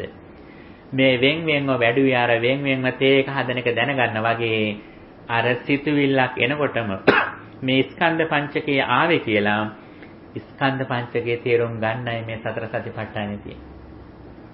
මුලදී වෙන් වෙන්ව හඳුනා ගත්තත් අන්තිමේදී Tamanට මොන සිතුවිල්ල ආවත් දැන් මේ මේසිය දැක්කත් Tamanට කවුරු හරි බැන්නත් දරුව ගැන මතක් වුණත් වාහනේ හැප්පුණ කියලා කිව්වත් Taman ලෙඩ වුණා කියලා කිව්වත් රැකියාවේ හෙට දවසේ නිවාඩු හම්බ වෙනවා අද සිල්ගතු නිසා කියලා ආරංචි වුණත් මොනම ආරංචියක් සිතුවිල්ලක් රසයක් දැනුණත් හැම එකම දන්නව මොකක් කියලාද? ඒ කුමන අත්දැකීම මේ වර්තමාන එක්ස්පීරියන්ස් එක කුමක් ලැබුණත් ලැබෙන්නේ මෙන්න මේ ස්කන්ධ පංචකයක් හටගත්තා. ඒක ස්ථිර දෙයක් නෙවෙයි හේතු ඇති කල්ලි හටගත්තා. එතනම නිරුද්ධ වෙනවා කියලා දකිනවා. දකින්න තමන් ලෝකය හොයාගෙන යන්නේ නැහැ. ලෝකය හොයාගෙන යන්නේ නැහැ කියන වරදවා තේරුම් ගන්න එපා. මේ සුපර් මාකට් එකට බඩු ගන්න යන්නේ නැහැ කියන එක නෙවෙයි. දරුවා එක් කරගෙන ඉන්න ඉස්කෝලේට යන්නේ නැහැ කියන එක නෙවෙයි. ඒව කරනවා. කලාට තමන් අභ්‍යන්තරයට බාහිර ඇතයි කියන ලෝකයක් ගන්නෙ නැහැ. සම්මුති සත්‍ය විදියට තමන් ඉගෙන ගන්නවා, රැකියාවට යනවා, දරුවට උගන්වනවා, ගෙදර ඇඳුම් ටික හොදනවා, කෑම ටික හදනවා. ඒ ඔක්කොම කරද්දී මානසිකව වෙනම ආධ්‍යාත්මික ලෝකයක ඉන්නේ. ඒ නිසා දිනෙන් දින අපි අවසානය කරා ධහමෙහි ප්‍රයෝජන ගන්නවා කියලා කියන්නේ කොයිතරම් දුකෙන් නිදහස් වුණාද කියන එක තීරණය වන්නේ කොහොමද? තමන් කොයිතරම් දුරට මේ ස්කන්ධ පංචකයේ සමුදය වෑ දැක්කාද කියන කාරණේ මත. ඒ දකින්න මොහොතක් තුළ තමන්ට රාගයක්වත් ද්වේෂයක්වත් නැහැ. ඇයි එහෙම උනේ? බාහිර කිසිම රූපයක තමන්ගේ හිත ඒ මොහොතේ බැසගෙන හිටියේ නැහැ. ඇයි රාගයක් හටගන්නේ? රාගයක් හටගන්නේ බාහිර පුද්ගලයෙක් තියනවා කියලා අපි පනව ගන්න නිසා. බාහිර පුද්ගලයාගෙන් මට රාගය ඇතිවන්නේ කියලා අපි හිතනවා. බාහිර පුද්ගලයාගෙන් මට ලස්සන එන්නේ කියලා අපි හිතාගෙන ඉන්නවා. බාහිරින් ලස්සනාව නෙවෙයි අපි ලස්සන විදියට බලන නිසා ඒක ලස්සනට පේන්නේ. ඇතැම්මට අපිට කෙනෙක් ලස්සන වෙන්න පුළුවන් අපි හුඟක් වර්ණනා කරනවා වෙන්න පුළුවන්. තව අපි යාළුවෙක් කියනවා ඔයාට මොන පිස්සුද මොන ලස්සනක්ද? යාට මේ ලෝකේ ඉන්න කැතම කෙනා කියලා. අපට ඇතැම්මට යා හරි ලස්සනයි වෙන කෙනෙකුට කැතයි. ඒකට ලස්සන හෝ කැත එක තිබ්බේ බාහිරද? බුදුහාමර දේශනා කරනවා නතේ කාමා යානි චිත්‍රානි ලෝකේ සංකප්පරාගෝ පුරිසස්සකාව. ලෝකේ ලස්සන විසිතුරු දේවල් කාමයන් නෙවෙයි කියලා. රාගික දේවල් නෙමෙයි කියලා. රාගය හෝ ද්වේෂය ඇතිවන්නේ සංකප්ප රාගෝ පුරුෂයාගේ සංකල්ප මත හිතන විදියන. ඒ නිසා හරියට මෙන්න මේක තමයි දහමේ ඉහළම ප්‍රතිඵලය කියලා කියන්නේ. මෙන්න මේ අනුශාසනය තමයි බුදුහාඳුරෝ බාහ්‍ය දාරුචීරියට කළේ. ඒවං හිතේ බාහ්‍ය සික්කිතබ්බං දිත්තේ දිත්තමත්තං භවිස්සති සුතේ සුතමත්තං භවිස්සති මුතේ මුතමත්තං භවිස්සති විඤ්ඤාතේ විඤ්ඤාතමත්තං භවිස්සති. බාහ්‍ය මෙහෙම හික්මෙන්න ඇසට රූපයක් දැක්කනම් ඒ දැකීම මාත්‍රේ විතරයි. ඒ ඇහැට දකින එක අපි අල්ලන්නේ යනකොට අහුවෙන්නේ වෙන එකක් අපිට. ඇහැට වර්ණ රූපයට මේ පාට තමයි. අල්ලනකොට අහුවෙන්නේ සතර මහා භූත රූප. ඇහැට පේනකොට දුව කියලා පේනවා. අල්ලන්නේ ගිල අත තිබ්බහම මොකද අහුවෙන්නේ? පඨවි ආපෝ තේජෝ අහුවෙන්නේ. දුවක් නෙවෙයි අහුවෙන්නේ. නමුත් අපි අවිද්‍යාව නිසා අපි හිතන්නේ ඇහැට පේන්නේ දුව, අල්ලන්නේ දුව, ඔක්කොම කරන්නේ දුව කියලා.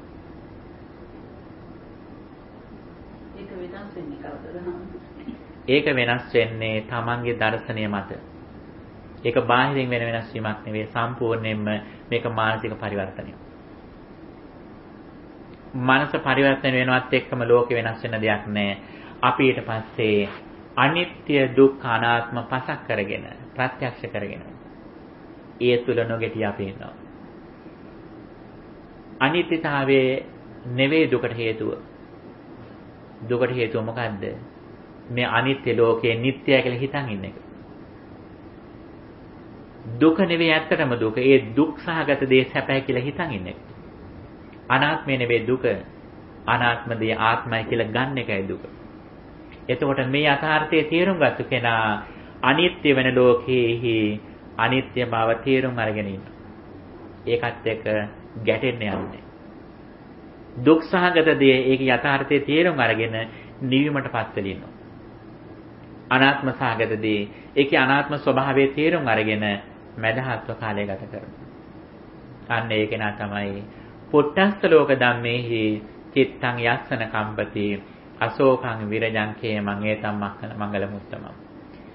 මේ ලාබලාබාදී මේ අටලෝ දහම අභියස නොසෙල් වෙන අකම්පිත මනසක් ඇති කරගන්න එක තමයි උතුම්ම මංගල කාරණේ විදියට බුදුරජාණන් වහන්සේ දේශනා කළේ.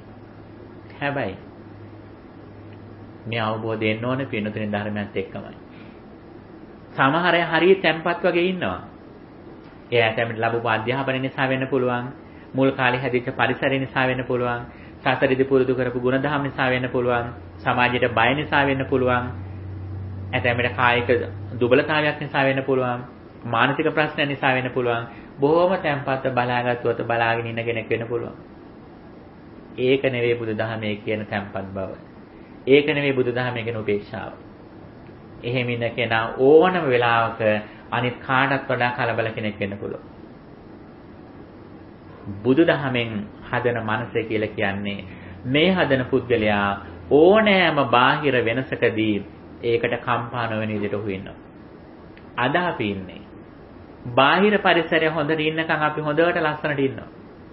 පොඩ්ඩක් හරි වෙනසක් අලාභයක් වෙච්ච ගමන්ම තමයි ඔන්න පුද්ගලයා කවුද කියලා බලාගෙන පුළුවන් කවුද. ඔක්කොම අර තිමිජ සංවර ඉවරයි. ඇයි? ඒක අර අවබෝධයෙන් ඇති වෙච්ච වෙනසක් නෙවෙයි. බුදුරජාණන් වහන්සේගේ දහම කියලා කියන්නේ මෙන්න මේ චතුරාර්ය සත්‍ය අවබෝධයෙන්. මේ පටිච්චසමුපාදයේ අනිත්‍යතාවය අවබෝධයෙන් ඇතිවන සතර සතිපට්ඨානයේ භාවිත කිරීමෙන් අනිත්‍ය දුක්ඛ අනාත්ම ත්‍රිලක්ෂණය තේරුම් ගැනීමෙන් ඇතිවන අවබෝධයයි නියම අවබෝධය, නියම පරිවර්තනයේ විදියට බුදුරජාණන් වහන්සේ දේශනා කළේ. ඒ ඇතිවන පරිවර්තනය වෙනස් වෙන්නේ නැහැ. එන්න මේක ගැඹුරට යනවා. ඒක හරියට ආලෝකයක් තියෙන වෙලාවකදී ලියපු ලිපියක් වගේ.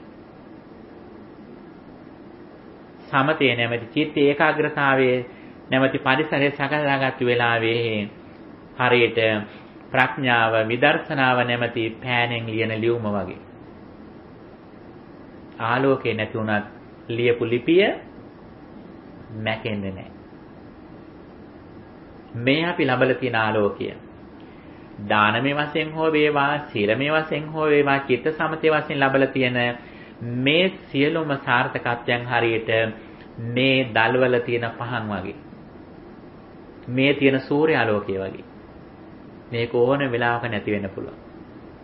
මේ ලබලා තියෙන ආලෝකය, මේ ලබලා තියෙන සුගතිය, මේ කරන දාන ආදී පින්දාම හැම දෙයක්ම අපි උපයෝගී කරගන්න ඕන මොකටද? අපේ අත්දැකීමක් කියන්නේ රූපාදී ස්කන්ධ පංචකයේ එකතුවක්. ඒක අස්මින් සතිදං හෝති. හේතු ඇති කල්ලි හටගත්තා. හේතු නිරුද්ධ වීමෙන් අස්මින් අසතිදං හෝති කියලා හේතු නැති කල්ලි නිරුද්ධ වෙනවා කියලා දකින්නට ටිකෙන් ටික ඒ කාලය වැඩි කරගන්න එක තමයි ලියුම ලියනවා කියලා කියන්නේ. ඒ ලියන ලිපියේ ලියුමේ අකුරක්වත් අඩු වෙන්නේ නැහැ. එන්න අකුරු ගාන වැඩි වෙනවා. ඇතැම්මෙට තමන් මේ ආත්ම භාවය නැති වුණත් තමන්ට ඊළඟ මොහොතේ ප්‍රඥාව වඩනකොට ඊටු ටික දිනු කරගන්න මේක තමන්ට උපකාරයක් වෙනවා.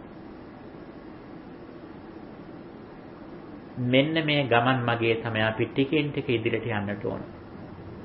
ඒ ගමන සාර්ථක කරගන්න ගමන් ඒකට අදාළ කරුණු ටික කරනකන් අපි කරන ගමනේදී අපි ඉගෙන ගන්නව නම් ඉගෙන ගන්නත් ඕන. දරුවන්ට සලකනවා නම් ඒවත් කරන්න ඕන.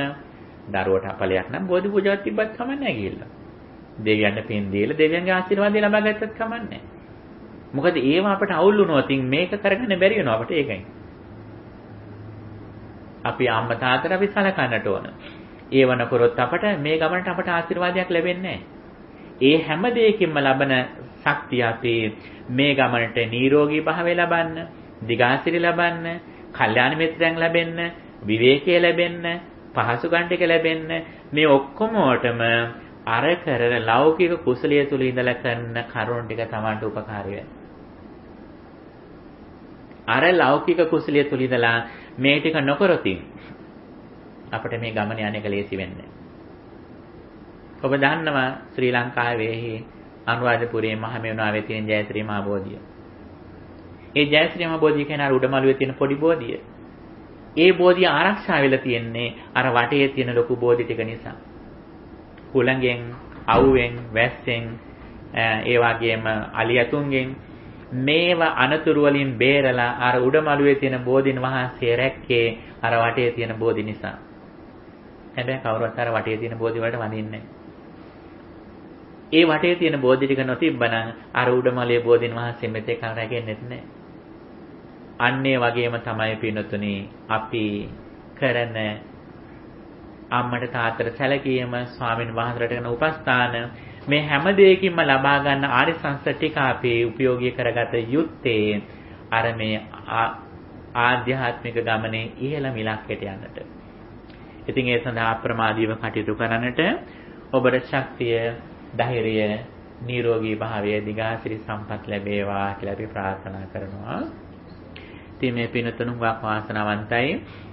මේ තමන් ඉපදෙච්ච මව් බිමෙන් බොහෝ දුර බැහැර රටකට ඇවිල්ලා ඉන්න මේ අවස්ථාවේදී තමන්ට මේ වගේ ගුණධම් රකින්නට, බණදහම් අහන්නට අවස්ථාව, පරිසරය, විවේකය, ඕනකම, පහසුකම් මේ හුඟ දේවල් ලැබුණේ තමන්ගේ ලොකු වාසනාවකට. ඉතින් ඔබ හුඟා පින්වන්තයි.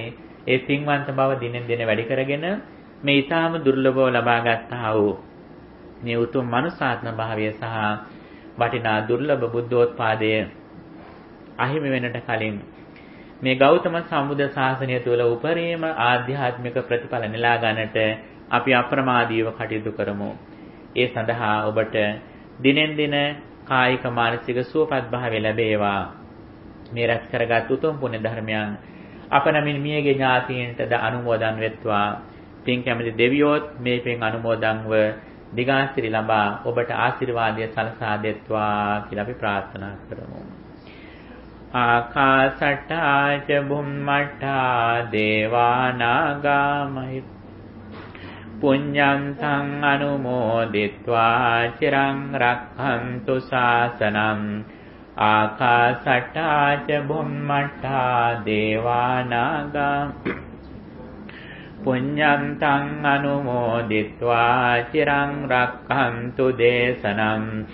ආකාසට්ඨා ච බුම්මට්ඨා දේවා නාග මහිද්దికා පුඤ්ඤං තං අනුමෝදිත්වා චිරං රක්ඛන්තු ත්වං සදා දුක්ඛං පන්තා ච නිදුක්ඛා භයං පන්තා ච නිබ්භයං සෝකං පන්තා ච නිස්සෝකා හොන්තු සම්බේ පිපානිනෝ දුකින් පෙළෙන සත් දුකින් මිදෙත්වා බියෙන් පෙළෙන සත් බිය නැති වෙත්වා සොවින් තැවෙන සත් සොම්නස් වෙත්වා නිතින් මේ හැම සත් සුවපත්